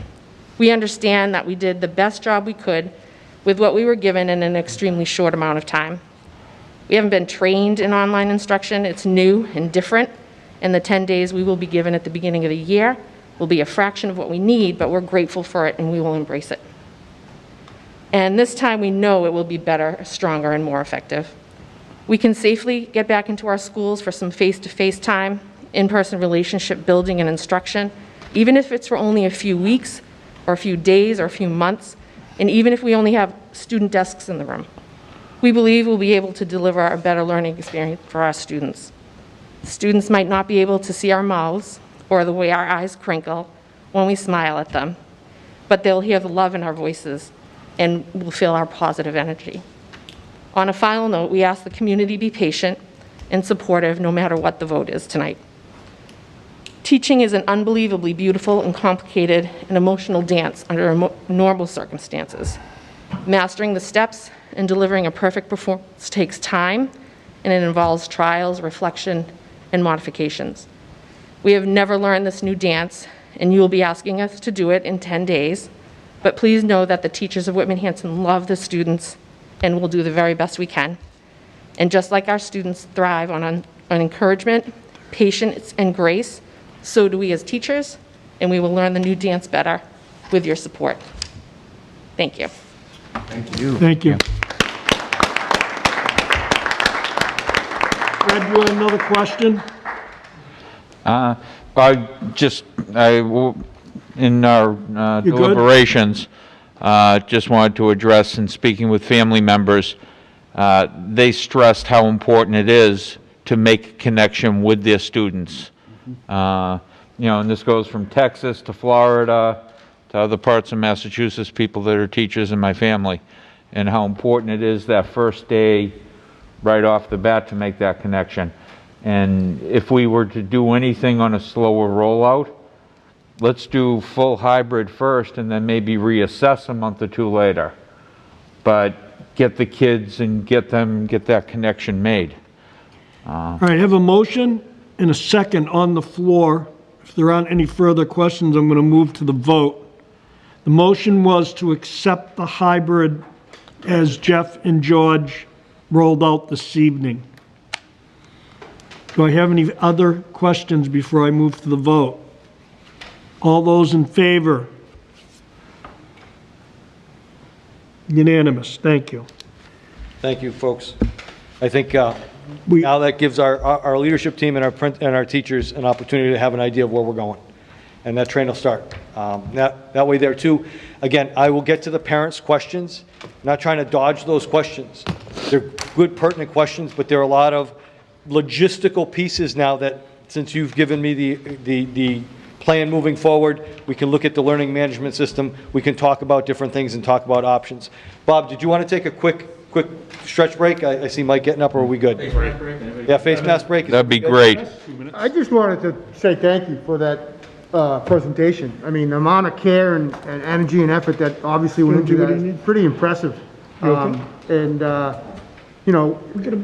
I hope there are a lot of people watching tonight, because it gives some insight into, you know, what's required of all of you to deal with this. And just another shout out and thank you to Whitman-Hanson voters, that you guys don't have to deal with that right now on top of all this. So. Appreciate it. Thank you. Thanks, Chris.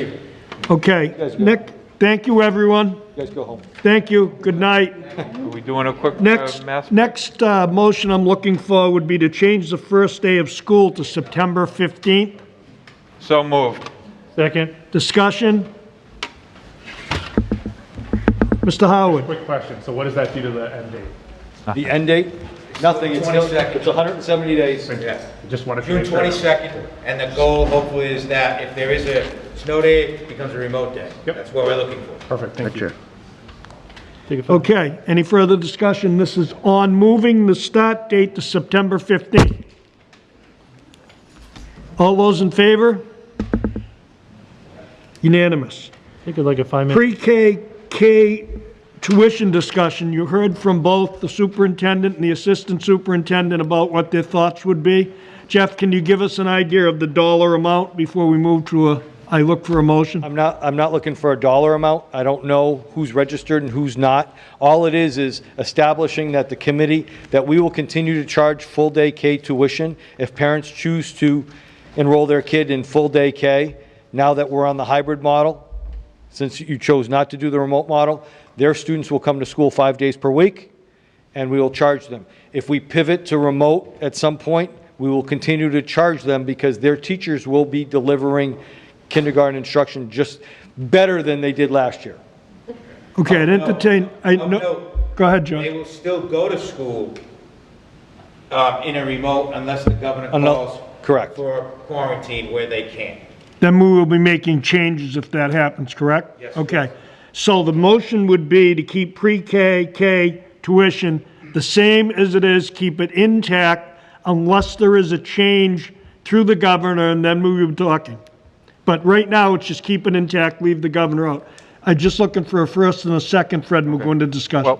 Well, I'll make a motion, but I thought the motion should read that we are going to go into full day in pre-K, and it's going to be a non-refundable amount of money. Yes. Yeah, with applicable charges. With applicable charges. The only thing I would ask is that there would be a waiver that a parent would sign. If anyone has paid already and they're not comfortable, let them get a full refund now. I don't think we collected anything yet. Okay. August 1st was the first payment. You know, so that way they know, you know, as long as they know the rules going into it. Yes. That's basically. exactly right. It's So gotta that be is my up- motion. Up front, so they know, and there's Yep. no backwards. All right, I have a motion. Somebody want a second? Second it. I heard a second. Is it Dan? Yes, Dan. Seconded by Dan. Discussion. David. So my question, Jeff, so it's, I think 3,200 for the full year, I'm not sure. Think so. But, so my issue or my concern more of is it goes to remote at some point and it's out of our control. Parents may be upset whether they sign the waiver or not. Would it be possible to break up the 3,200 to maybe pay in increments, so if they don't continue from that point on, from when they paid, that it could go to half day? Would that be possible? There are multiple, we currently have multiple options as to how people pay for it. You can pay for it, depending if it's preschool, you can pay by session, you can pay by month, you can pay by quarter, you can pay for the year. So I would say that any person who has an issue, they usually find their way to Mary Jo Lipson in our business office, and we go from there. Okay, thank Yeah, you. so we already have multiple ways in which, even in a regular year, how people need to pay or want to pay or can pay, we try to accommodate. The challenge, though, Dawn? to me, and I think I'm hearing your question correctly. Oh, I'm sorry. Incremental ways to pay. However, if we go remote, a parent can't just choose to jump into a half-day schedule right now. And then if we come back, bounce in. Because the teachers that we have in kindergarten are paid for fully in the full-day program by tuition. So last year, we lost close to $300,000 because we reimbursed folks. I can't afford to do that this year. Okay. So we could always speak to a parent if they're financially in a bind, whatever, we can work out a payment plan, whatever. But I can't have people pivoting back and forth. That's the need for this. If you decide full day K, you're in full day K for the year. Even if we go into a remote setting, you're going to be delivered full day K instruction And again, going back from March to June, it wasn't what it is going to be now. They're going to be expecting 4 hours a day of kindergarten, Zoom time, whatever, or Google Classroom time. So that's what I hope I answered your question. Yeah, thank you, I appreciate it. Dawn? Actually, I want to clarify that question. So even if the governor determines the state goes remote, say in February, We're still delivering education, correct? Yes, and we are still Collecting holding tuition. true to the non-refundable piece. We'd move from in-person for that group to remote. Yes. And do you intend to do full-day K screenings at some point, right? Well, yes, yes. At the school, Yeah. based on the schedule that the individual school puts out for those students. Somebody's locked out. Right, okay. Everything all right over there? Fred? And just to clarify, the only reason we would not offer in-house full-day K would be if the governor quarantines. If we go remote as a Correct. district, Right. we would still be providing that service to those kindergarten students Correct. within the buildings. Correct, correct. Yeah, for special populations, pre-K and K, yes. Okay, so the only way when the governor that we would be going remote with these students is if the governor says quarantine, you can't go. Correct, yes. Perfect, thank you. And I also, teachers will be coming in as long as Yeah. they can in any type of remote or whatever situation, because we want them in the building, control the narrative, control what they're doing, and have a better sense of accountability for parents and things of that nature. Okay, so does everyone understand the motion? Do we need to have Michelle read it back? We all good? Oh, you're good? No, I'm just saying, take a 5-minute recess and then come vote. Sure. We're missing Chris. Chris had to leave to go to the men's room. Okay. Maybe a 3-minute recess. Take a mask break. Mask break, spread yourselves out, take a mask break. Fast break in the middle of the motion. It's 2020 now. That's true. Told him he shouldn't have had Mexican today. Crackle on the pot. The last, like that. It gets so tight and all of a sudden you do that. Oh, he's back now. Now there's a line for the other one. I was like, wow, I'm up. Michelle, raffle. I was outside all day. Drank so much water. Huh? Have you watched the two Bruins? No, yeah, unfortunately I did. Listen, they got a new player. His name is Owen. Owen 2. Yeah. So what do they get if they, but now correct me if I'm wrong, the round robin that they're in is, huh? Is that mic on? Your what? The microphone. Oh, yeah. Okay.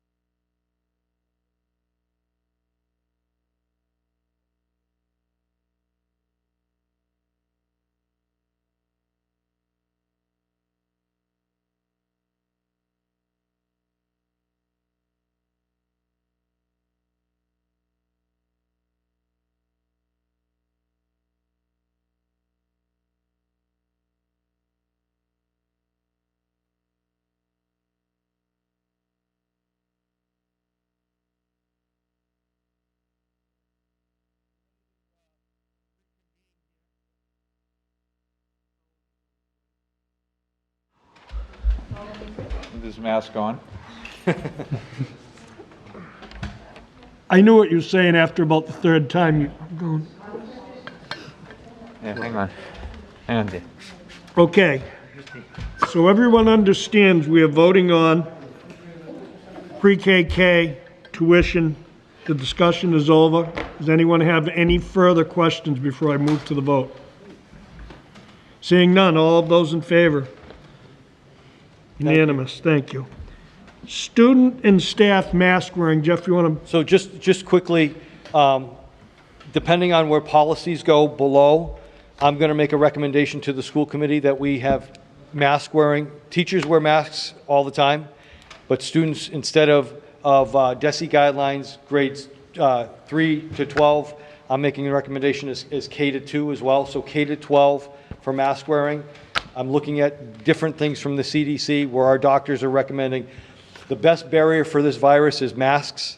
And if it's going to make our kids feel safe and our teachers feel safe, I'd like to implement that piece depending on whether it's a discussion later on tonight. MASC just came out with a mask policy. I haven't been able to read it. It came out yesterday afternoon. I don't know if Michelle forwarded it to you. It's not in your packet yet. But I'm looking, just that thought here for the committee and for the community out there, we're looking at a K to 12 mask wearing policy. Now, if a student can't wear a mask, that's different than a won't wear a mask. Okay, it's a very big difference between a can't and a won't. And we will have students that can't, and I absolutely understand that. But I think for us as a district to wear masks K to 12, for continuity's sake, for teachers' sake, and for our parents' sake, we established that policy or that plan. So again, I don't need you to vote on this right now, depending on whether or not the next piece gives me emergency COVID-related policy verification. So just something that was thrown out to you. We can have further discussion on that, but that's something that we've been thinking about. We ran it by our team and by Lisa, and it's something that we endorse. Fred, do you have a question? Yeah, have we looked into the efficacy of the, clear shields like on a baseball cap or something of that nature for people that might not be able to wear them? Yeah, that is from talking to Lisa and from listening to everything that we have, there is nothing more effective than the mask to the mask. However, there are some, we are ordering some shields for some of our special population staff, but they would still wear them in conjunction with a mask under it. But they couldn't just wear a Not shield? just the shield, because it doesn't have the coverage, because you still have the vapors and the droplets that could escape underneath the shield part of it. But as opposed to no mask, if they're unable to wear a mask, right, would that be something? We'd have to look at that individual student and their medical or their special. There will be some students who physically can't for medical reasons do it, but I think what we're trying to get across is that the expectation is, you get on a bus, you have to wear it. You go to school, you have to wear it. And that's where we get into the training of it. It can't be, I don't want to, or it's on my chin, or something like that. Which brings me to my next question. Do we have a way to verify if a student says I have a physical need to not wear? I mean, I happen to know of somebody and she's like, oh, I'm just going to tell them that my kids can't wear them because of medical reasons. Yeah, under this policy, that wouldn't count unless there's a documented medical reason. Just like it's where you fill out the affidavit and the emergency card and the nurse form at the beginning of every year, and then the nurse goes to the team meetings and lets everybody know in their PLCs, it'll be the same fashion. It's difficult to just say, I can't. We're going to follow up, and what the commissioner has really pushed us to do is follow up with parents. Parents are going to be expected to provide a mask. We will have masks here, but again, putting Lisa as a point person for communication is going to be helpful. So it's not the principal calling home unless it's a disciplinary reason. It's the nurse calling home finding out the valid medical reason. So we don't have any HIPAA issues. And then that gets into the counseling staff. If a child comes in every day without a mask, yes, you get provided one, but there has to be a reason why every day you can't find the mask. So that gets where our counselors get involved with the family to try to get to the root of the problem and the education, hopefully, of the issue as to the importance and the health and safety of the mask. So that, it was just really an FYI, unless you want to vote on that now, as amending a policy, putting the policy in, or the recommendation of putting that policy into our handbooks. I'll make that motion. Second it. It's nothing we need a vote for. Okay. You don't need to, but unless you give me this, the next piece, and I'll put it in our handbooks. Okay. We've got some policy information from MASC. It's the creation of a general intern, keyword intern policy on COVID-related issues, and it's on file with the EBC supplemental. It's in your packet. Also with it, there's an ACAB harassment update. On August 3rd, the school committee received a policy update in response to Title IX regulation changes. MASC General Counsel created a model to address the changes effective August 14, 2020. School committees are required to adopt an evidentiary standard, either preponderance of the evidence and beyond reasonable doubt standard. An additional summary of the attached policy is adopted must be sent to parents, guardians, students, employees, union, and prospective employees of the district, including Title IX coordinator, investigators, and decision makers. The referenced employee must attend training sessions on the implementation of the policy. This is interim because it's COVID related, and we need to vote it. I suggest, yes? So ACAB is different than the first one. So there's Aren't they one and the same? No, there's two. Okay. First You only one- want to vote the second one then, right? Yes. Yeah, you can vote on second first. Okay, the second one is the ACAB harassment policy that I just read you. Yes. I'd take a motion to accept as read and printed in your packet. I'll make that motion. Second, Mr. Moore. Second? Yes. Discussion. Fred? I mean, that's the type of policy that should be going through our policy subcommittee, though. So that was a policy that was put in through the Fed, and Yep. MASC just sent it out. Yeah. So we haven't been able to meet with a policy subcommittee. This has to be in our policy manual by the 14th of Yeah, August. I mean, I read it and, you Yeah, know. it's from the Fed, from our from MASC. So Yeah. this is a national, this isn't even a local, this is a federal policy. I just don't want to see our policy subcommittee not be able to have the chance to vet and look at different things, even though we do pay MASC. This one just has a date, Fred, that it has to be in there by. It's a Title IX, and a lot of people, I'm not sure if people know what Title IX means, but it's the fairness and equitability between genders of having sports. And, you know, you have to have created offsetting sports to keep everything equal and fair, which is the way life should be. And this is some sort of a change that they made. You have to have evidence, and beyond reasonable doubt, you have to have standards of practice, so. Is this policy for, I would imagine, sports? So you can't say, like, we're gonna have. It's a harassment policy. Yes. Harassment. Employee harassment policy. Yes.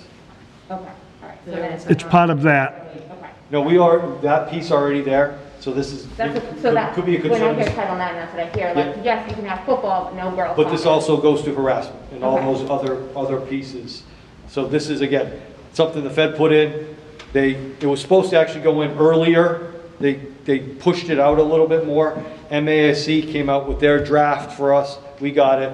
We were supposed to meet with policy subcommittee. We couldn't, for you to review. Now we're at this school committee meeting, and last week was awesome, but it was a train wreck. So this has to go in. That second policy has to go in by the 14th, so I'm just looking for that to move through and put that in our general policies.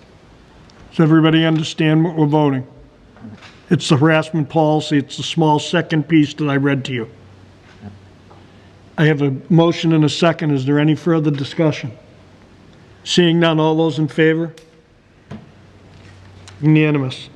Unfinished business, Whitman feasibility. We have to vote that first one, because there were two. The interim policy on the COVID-related issue, the supplemental, Yeah, just, that would give me a limited authority to make decisions outside of going through a full policy during the COVID process. we also need to vote that separately. Yes. I'd entertain a motion to vote the creation of the general interim policy on COVID-related issues on file. So moved. Second? Second. Discussion. Fred, Dawn, second. Fred, So this would be giving you that power on only COVID-related issues. And I would make the motion with the provision that the decision needed to be made before you could assemble the policy subcommittee, if it had to be a spontaneous or immediate decision, so to speak. So. Dawn, then you. Yeah, I mean, I believe in giving the superintendent that power, but also that's one of this committee's charges is to create policy. And other than facing a time window, I would think that the policy subcommittee and then the full school committee, to be able to vote it. Dawn? Okay, go ahead. Yeah.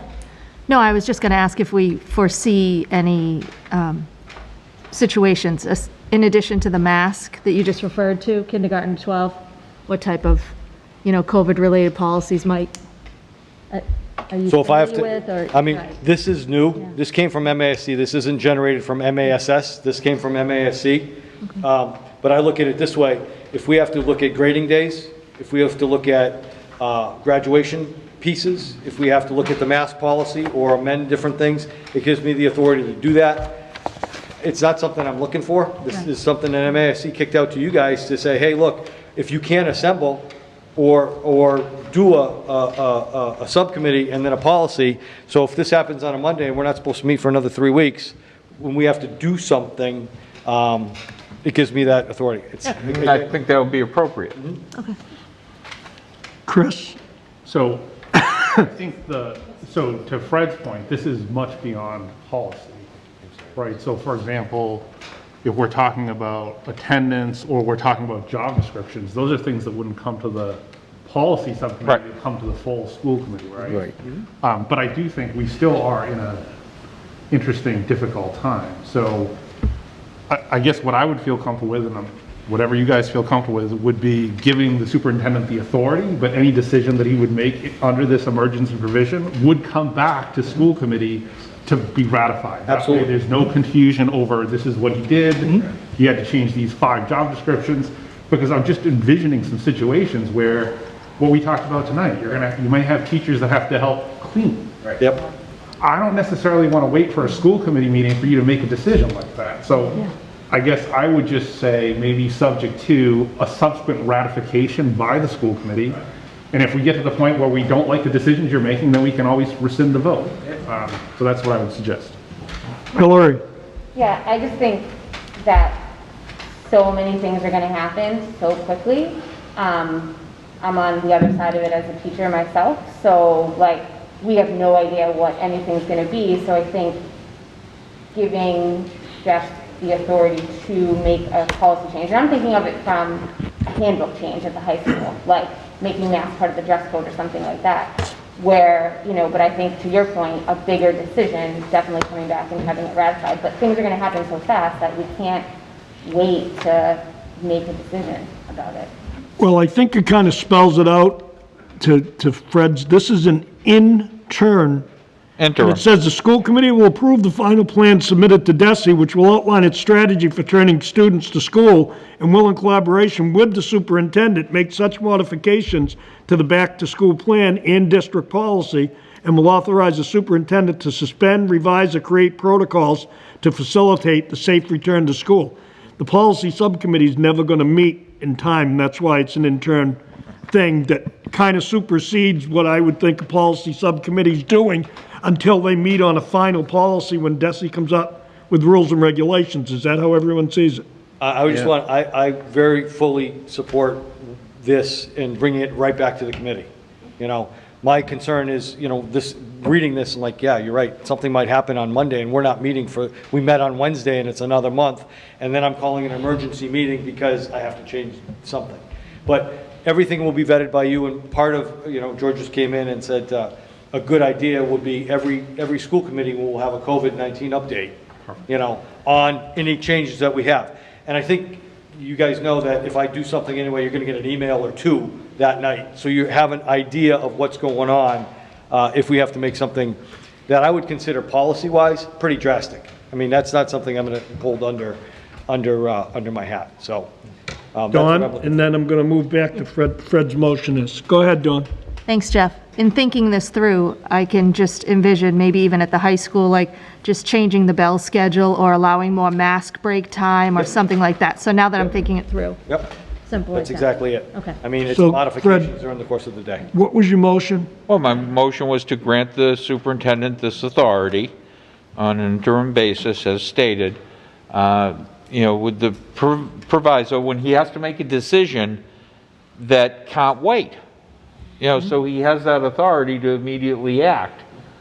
If it's something that can wait till a policy subcommittee, and then therefore the, regular committee at that point, absolutely. I would almost like to add Chris's point, if you allow me that latitude of the motion, that all changes will then come to the school committee at the next meeting, for ratification. No issues there. So I would say, to keep it simple, we should accept the document as written, because I think that document says everything you're saying, he's saying, Don's saying, and just accept the document as written in your packet. Does that sound correct? Because it's doing what Fred's saying, what Chris is saying, and what Don's saying. Doesn't require ratification. Go ahead, Michelle. Yeah, I don't. You can just say approve the creation of the interim policy and grant the superintendent authority subject to subsequent ratification by school committee. Okay. Is that good? That's You happy fine. with that, Fred? Fine. Somebody seconded it? Yes. Mr. Boyce did? Okay, is there any further discussion? That was a quick arm you got. Seeing none, all those in favor? Thanks. Whitman feasibility study. So just quickly, we had a couple of updates to the building committee. So Lisa Green's on the building committee. I'm on the building committee. I am right now the chair because I have to be. Somebody had to be the chair. My goal would be to turn that gavel over to someone else at the first meeting. But for MSBA, somebody had to be the chair, so I drew the short straw. So I'm the chair right now. Ms. Tuffy's on it. Mr. Scriven, Mr. Small, Mr. Cullity, Mr. Sandlin, Mr. Curran, Mr. Grable, Crystal Regan, who's a teacher over at WMS, Mr. LaMontina from the Selectmen, Mr. Galvin from the FinCom, Don Essen, Rich Polkinen, Dave Cadero, and Beth Stafford are members at large, and Mr. Farrell. That's the building committee. We will be meeting hopefully in early September. Want to get through August and then we'll start that project. Mr. Grable's working on the ed component right now that we have to submit by August 31st. August 31st. So outside of the budget, this is the other wicked exciting thing that we got going on. We were going to build a building. So we're going to start that process with these fine folks and get moving on that. So just wanted the committee to know, and I want to thank them first and foremost for volunteering to be on the committee. It's going to be a process. It's going to be fun. It's going to be tedious, and we're going to work hard, but we're going to get a building out of it. Mr. Small has the question. Just noticing, and perhaps this is more for Michelle even, within our packet, it doesn't show Mr. Cullity or myself as voting members, and I don't know if that's just the way the pages got. I think it's the way the pages go. Okay. You're on mine. You're all, It dropped to another all the box. members It's are on- It voting. drops down below. But you are. Okay. They're all voting. You're voting. Everybody who's So I would have assumed. Okay. Don't want to give up my rights. You good? I'm good. Okay, Jeff, that new business, unfinished business? I'm good with unfinished business. I'm all set. You good? Yep, all good. New business, Mr. Small. Okay. I would like to make a motion that we, the Whitman-Hanson Regional School Committee, empower the superintendent to collaborate with the Whitman and Hanson Boards of Selectmen, along with our attorney and their attorneys, if needed, to contact and work with the appropriate investigative authority, whether it be the Attorney General, the Inspector General, the DA, etc., in order to determine if there was any impropriety or malfeasance concerning the methodology of the regional school assessment over the past several years. Second. I have a motion and a second.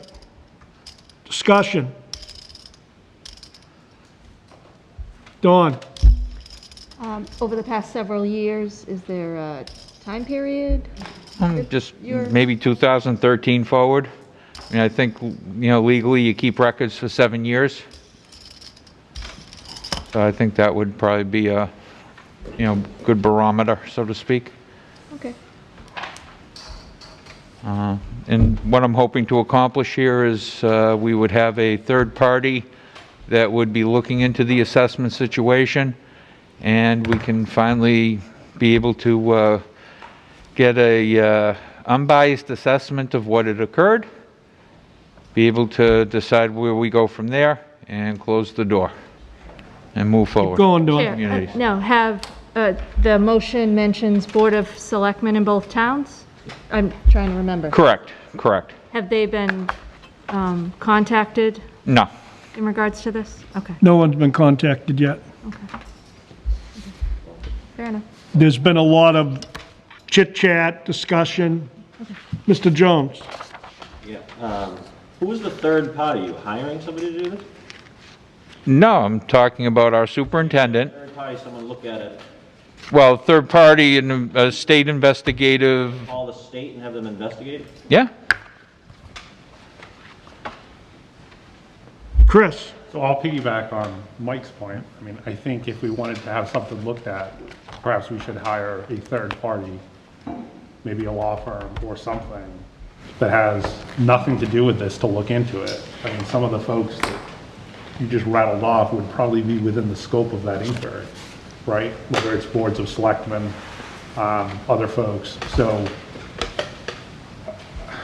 I guess if your intent is to look into this further, I'm not sure we should limit the scope to the state, and I'm also not sure it would be best to have the state do that. I think, again, maybe hiring a third-party law firm. I don't even think it could be our attorney, because they've been involved in this, so it would literally have to be a third-party law firm is all I can come up with to look into this. I don't know. I think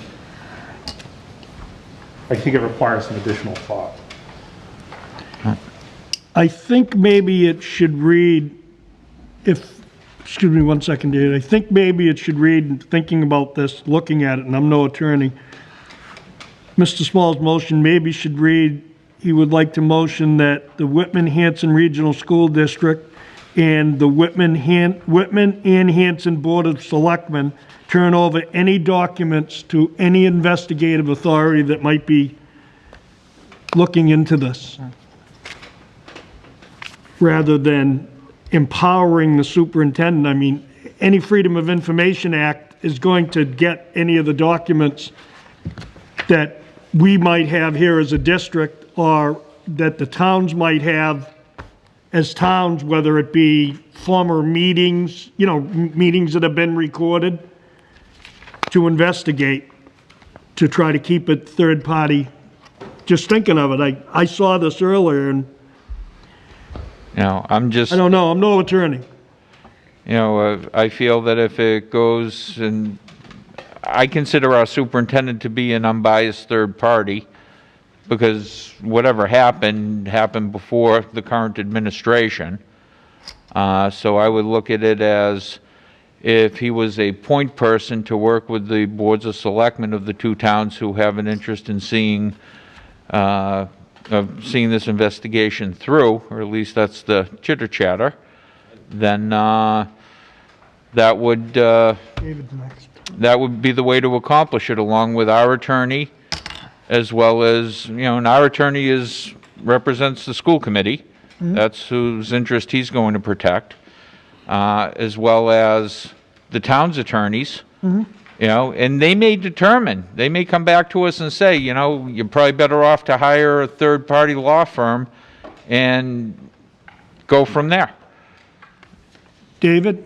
Well, I guess, Chris? I don't want to say anything or overstep during an executive session, but what I will say is I don't necessarily believe that the administration would be unbiased when they would be in the scope of said investigation, and so would the Board of Selectmen. So to have them investigate each other, a third party or not, I don't see how that would be beneficial. I think maybe we should take some more time on this.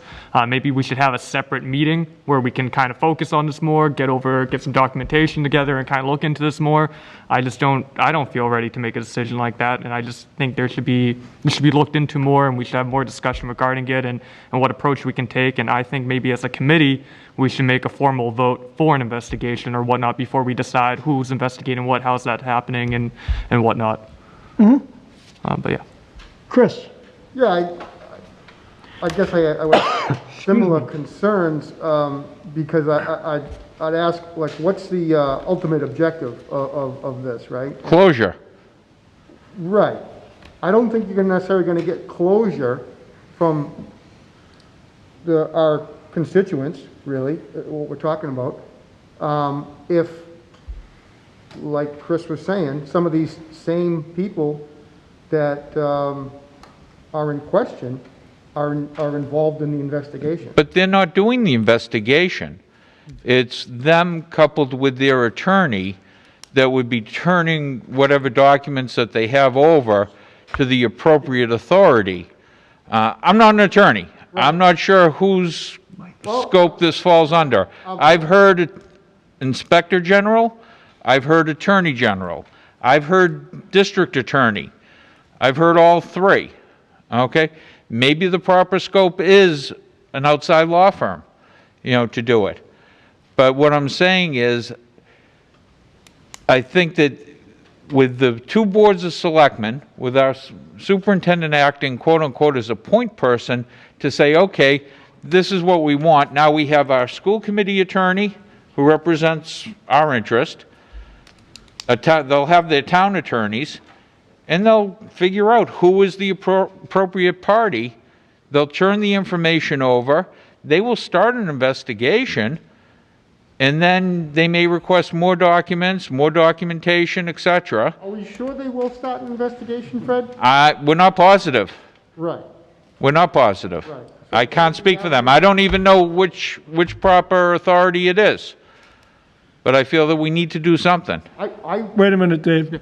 We gotta go and, No, that's okay, go ahead.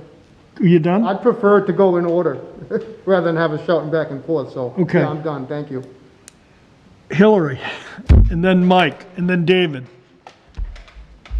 I guess, my question would just be what's this going to do? So I feel like that is a past problem, and understanding that I'm new to the committee and all of these things, but we voted a budget, we're moving forward, and I really think that we need to focus on the future and let the divisiveness and whatever has been happening, put it to bed. Like, I just don't think it's gonna do any good, and I don't know what good will come out of it. I mean, out of an investigation, if they could even investigate, if anyone's gonna be biased or unbiased, I mean, we don't know how it's gonna go, and I just really feel strongly about moving forward and looking to the future. And, we have money now in a budget, and, we're here, so can we look this way instead of this way? I mean, that's just how I feel about it, so that's all. Mr. Jones, then David, and then Chris, I'm sorry. Totally Trying to agree. keep order. Totally agree with what Hillary said. I'd like to move forward. Bob, has either Board of Selectmen reached out to you to start any investigation? Neither one have reached out Okay. to me. I would like to move forward. I haven't formally had the chair of the Board of Selectmen say, this is what we're going to do. David, I'm sorry. Yeah, no worries. So I guess I will note that like a week or two ago, I reached out to the Attorney General's office just for feedback regarding said situation. They advised that we speak to Inspector General regarding it, and we go through them. To Hillary's point, I understand that obviously we've moved past the budget, we're getting towards statutory, things like that. However the method was assessed is a thing of the past. However, the people a part of that situation aren't necessarily. There may be some people who are no longer here, but there are people related, whether it's in the school committee or the administration or the Board of Selectmen. Some of these people are still here, and some of these people were still perpetuating the issue. So I guess my concern is will we be able to move forward if the people who've caused the problem are continuing to be a part of the future discussions of whatever that may be. And to, I guess, Fred's motion, I don't really feel like we should be making a vote on this tonight. I think we should have more consideration, more time to look into it, and then kind of go from there on a decision on what we as a committee would think an investigation would look like, who would lead it, who would be a part of it. Just more time to assess, because we've been focusing so much on COVID recently. How can we really look into this and make the proper decision? I just feel like voting now in favor or against it won't do us any favors, because we haven't had really time to look at it or focus on it. Chris, thank you. Hillary, I understand, your thoughts on this, but I guess from my perspective, it's an issue that's been ongoing, and it's been in the background, and I feel like it's really something that involves our credibility as a district and as a committee.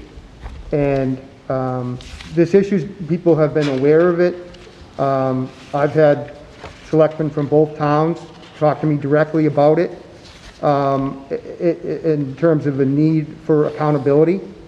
I'm not looking to do anything unnecessarily, but at the same time, we have a current situation going on that we dealt with in executive session, that if we don't deal with it, I think it's going to do more harm to us in the long run. And I'm thinking in terms of building back programs for our district and being able to communicate effectively with the constituents and getting their support. And if there's this underlying tone of unaccountability or mistrust in us or the district in general, I think that's going to be detrimental to our efforts. I've said from the beginning that I'm all about us as a committee laying it out. What are our concerns, if any? Let's figure out a way to deal with it as a committee and move forward in that direction, whatever that, however way, shape, or form we decide to do that. But I think passing over it in hopes that it will just go away and we'll be able to move on, I just don't see that as a likely scenario, and I think it's going to end up hurting us in the public perception, I guess. Dan? Tell me if I'm wrong. What Fred is looking for isn't about a budget and what methodology was used. It's about what happened along the way of either deceiving, hiding, doing whatever in the past. Yeah, we can't go in the back and fix any of that. But like what Chris is kind of like saying over here now, we can't ignore it. And like we've learned in the past, you have to find your history to make sure you don't repeat it. That's what I think Fred is trying to do, is get somebody to investigate this, find out where the mistakes were made, where they, to make sure nobody can hide things. When you're asking somebody a question and they're coming back with different answers, that's, you're deceiving us. We have to make sure we can have that found, if possible, and close it forever. Then we learn we have a method here. Well, let's make sure this never happens. Let's put a procedure in place that this can never happen again moving forward. Where somebody, because we lose the trust of the community. Like Chris is saying, we want to be able to get things back, and if we're up here and it makes it look like we're hiding stuff, you're not going to get the support of the community full out. It can't hurt to ask for the IG to look into it. Mike? No. You are next, no? David? I'm sorry, Fred was actually next. I'm trying to keep track. Fred, David, Hillary, Chris. And Chris, I want to thank you for getting inside of my head and organizing a lot of my thoughts, because that's how I do feel. I do feel that it's the elephant in the room that nobody wants to talk about. It's the dirty little secret or whatnot, and transparency. And if we're going to be able to move forward as a district, and we're going to be able to enhance what our budget provides, yeah, we have money this year. We have money just to maintain our services, and that's it. We still don't have the foreign languages. We're still not doing the job we really should be doing. And with the COVID world, God knows what that even will look like or should look like. But I think that we need the closure in order to be able to move forward and regain the public's trust in us, because I think that there is a lot of mistrust. So I do want to thank you for getting inside my head and sort of organizing my thoughts as well. Dawn, I think you're in the mix there too. Dave? Whenever. David, go ahead. All right, And then well- Hillary, and then Chris, and then Dawn. I'm sorry, Dawn. Well, I just want to begin that if there's anyone that's been advocating for an investigation since day one, it's been me. I've been looking into this matter since before I even got elected. So to your point, Dan, I agree. There needs to be an IG involved. However, my concern with Fred's motion would be to have the administration and the selectmen and whoever else involved with this investigation to lead the way. I don't think that's particularly right. I don't think we've really had enough time to go over this and assess all of our options and what that would look like and what that would entail. So I think making a vote right now would just be a kind of a haste decision. We need to look into it more. I mean, we spent the day 3.5 hours talking about COVID, and now we're going to go into this. And also to top it off, I can't even speak about the contents of what's going on because of executive session. So I feel kind of silenced. I don't feel as if I can advocate exactly what I'm trying to tell you guys, because I don't want to overstep and speak about executive session. So I do feel like this matter should be moved, and if we want to talk about it further, we should make those minutes public so I can talk more, and then we go from there, because I have a lot of concerns, but I don't agree with the process to go about it. I agree there needs to be an investigation. I've said that for months. I said that before I was elected. I'll say it now. There needs to be an investigation, either the AG or the IG, whomever. I do think the state needs to be involved. I just don't know if I necessarily agree with your process, but I do respect your need for an investigation, because this isn't something we can keep in the past. This isn't still in the past. There's people still involved with what has happened in the past, and they're currently a part of our future now. So it needs to be looked into. And then again, to Chris's point, how can we trust the committee? How can we trust the district? How can we trust our elected officials in either town if the matter isn't looked into? But again, I just don't necessarily agree with how we approach it. So I think we should have an open session or something where we can kind of discuss it more, talk about it more, have it on the agenda, kind of spend more time on it. That's kind of where I'm at. I'm not necessarily knocking off your motion. I just would like to spend more time on it, look at it more, and assess it more. And if I can Hillary? address... No, I'm going to go in order, Fred. Hillary? Chris? Dawn? Fred? I guess I understand, Chris, to your point, that there is mistrust in the committee, and I guess, I just don't know where that's come from. I mean, when we have school committee members posting about our administration on social media, I think that that's an easy way for mistrust to come. And I guess the thing that I keep going back to is, what good is this going to do, right? And I don't know. I hear what you're saying about the mistrust. I just don't know if an investigation and then nothing comes of it. Or, you were saying 2013 because we keep our records. Well, our current administration was not in their positions in 2013. So we're pointing fingers at people who might not be responsible, and that's causing more mistrust. And my big thing is divisiveness. I'm not necessarily saying that's what your motion is. I'm saying the conversations. I just think that the divisiveness is not going to lead to good. And that's just where I keep going back, because I think that's what this is going to do. And I do hear the points, but I just think maybe, hold it, think about it a little more, wait for something else. But I don't know that it's going to cause good. I think it might do more harm than good, and I don't think we need that. Chris? So I'll preface this by saying I think there's nothing more important than public transparency, right? I think that is critically important. Having said that, I do think perhaps we should consider,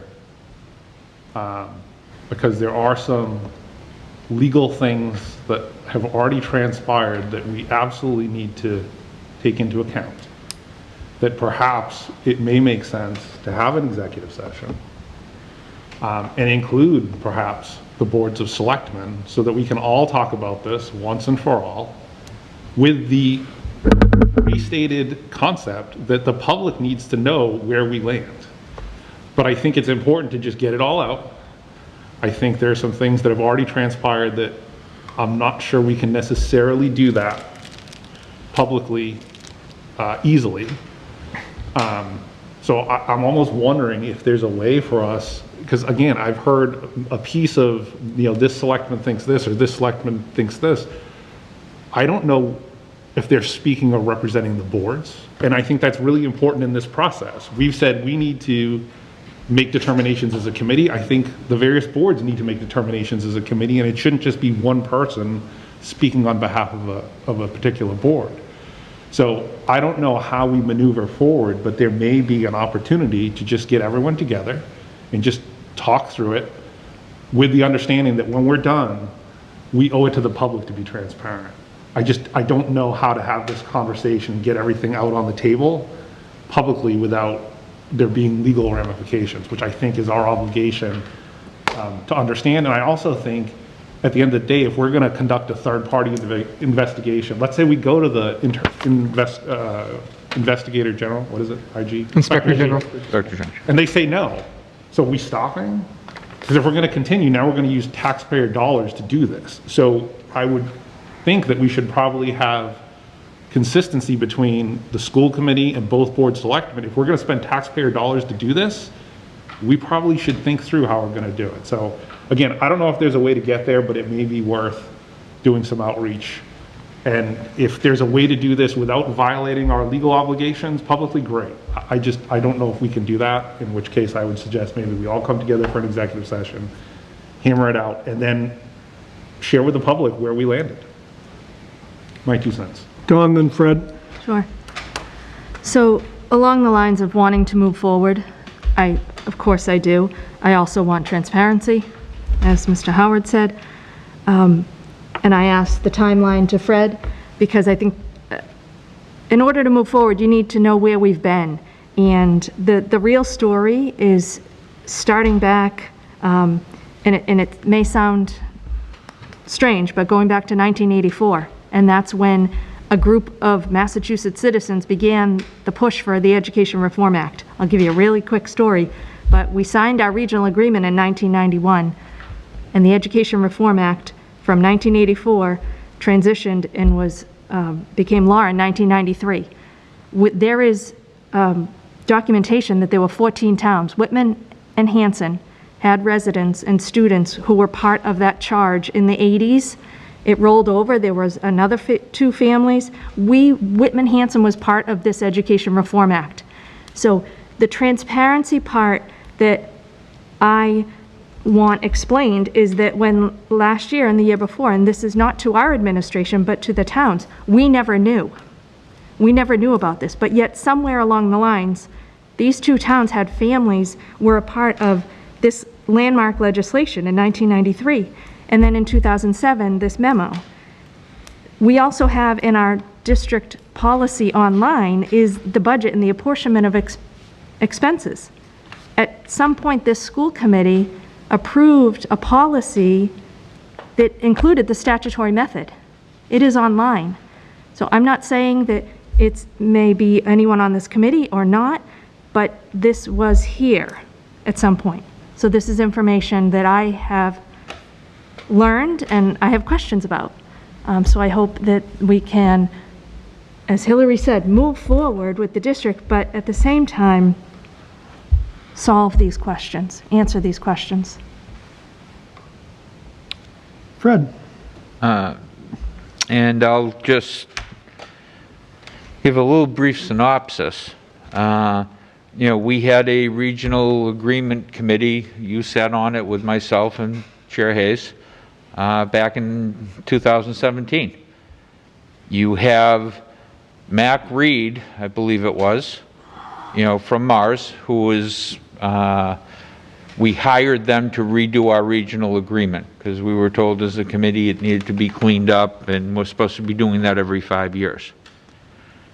You have him making a statement in that meeting, talking to the administration, talking about your assessment situation, and we need to have another meeting on that.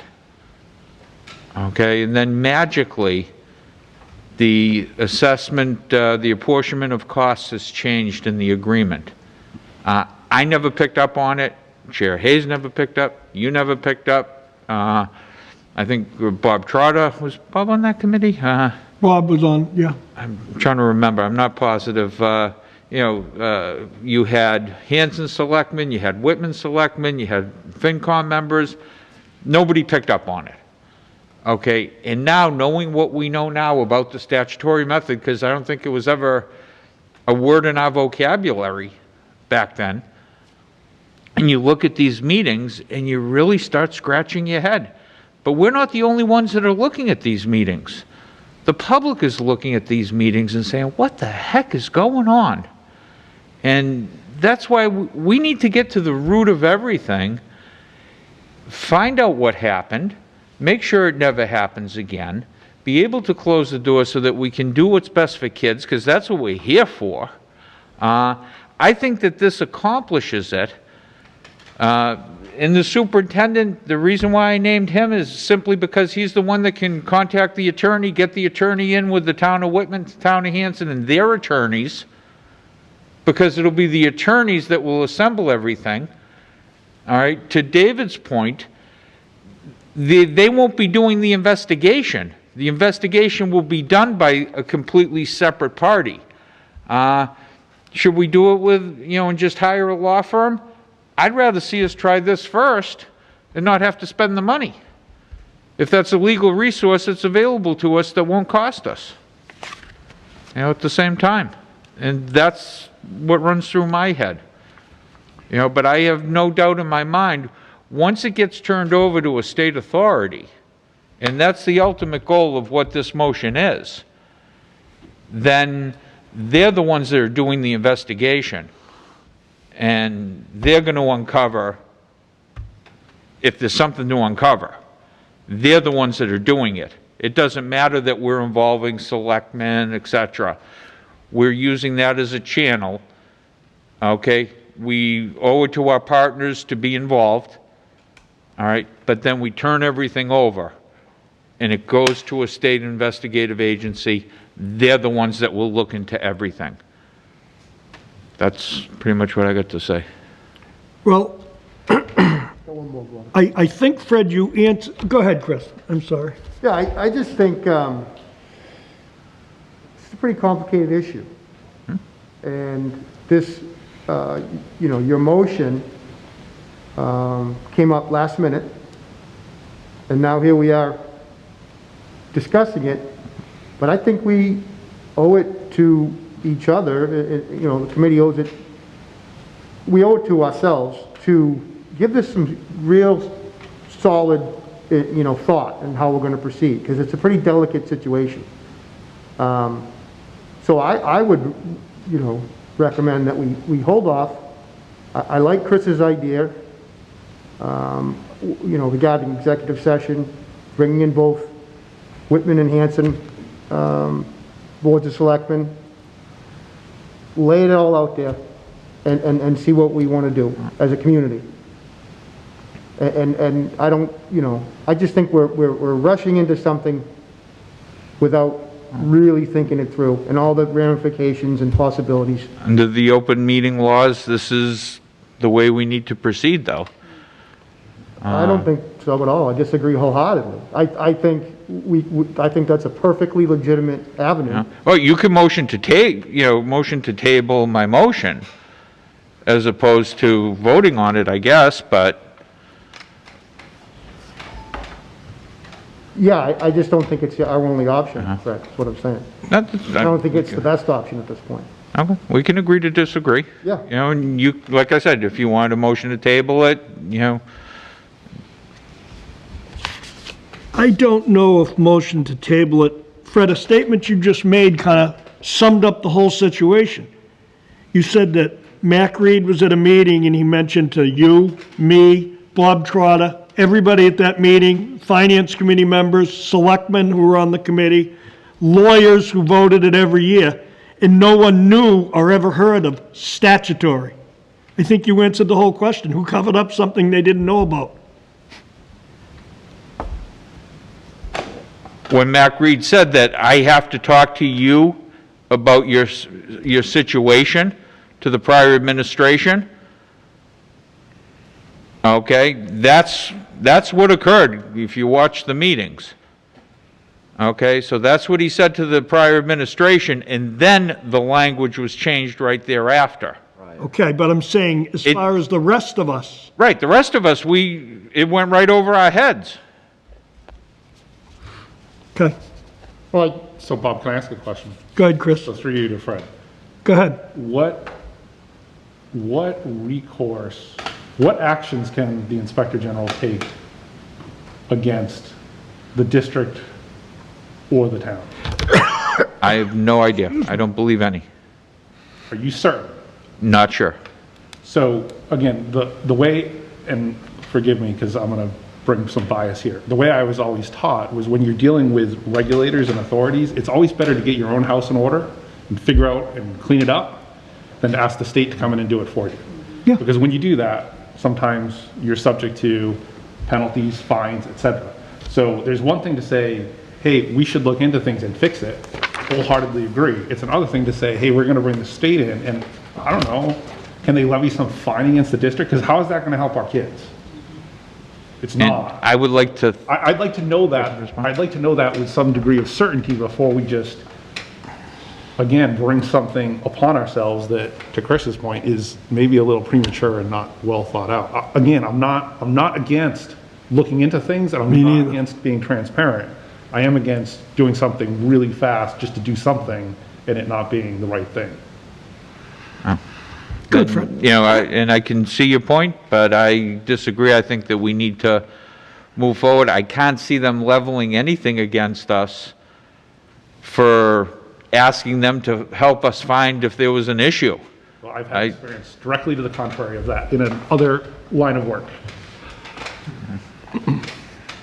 Okay, is there anybody else? Because I have a motion on the floor from Mr. Small. And it was seconded by Mr. Cullity. If there's nothing else on the floor, I'm going to move to the vote. I'd like to make a motion to table it. I'm sorry, Chris? I'd like to make a motion to table it. I have a motion to table it. Do we have a second? Second. Second by David. Doesn't matter. Okay. Discussion.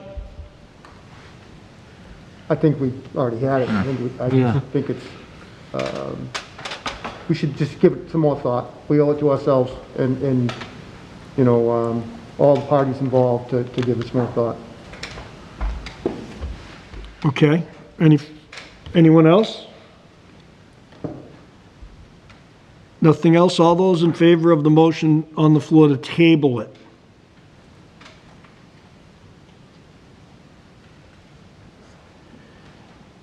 All those opposed?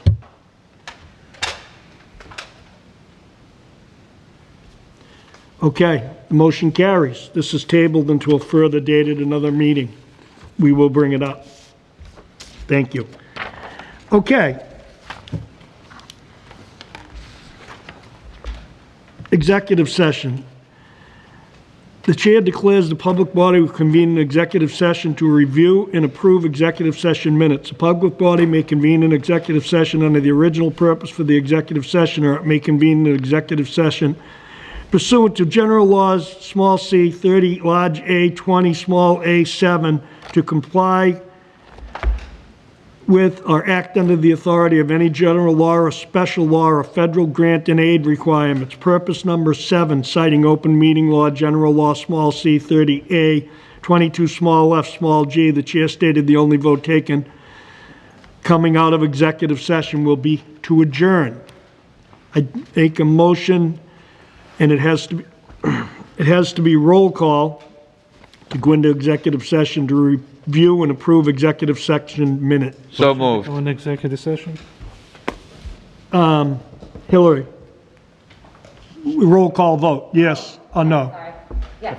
Yes. Yes. Yes. Ian? Yes. Mike? Bob Hayes, yes. Yes. Dan? David? I gotta move you to a... Just turn his name around. You're right. Yeah, there you go. Dawn? Yes. Mr. Boyce? Yes. Mr. Howard? Yes. Mr. Scriven? Okay, we are in executive session, and as I said, we will be coming out only to vote to adjourn.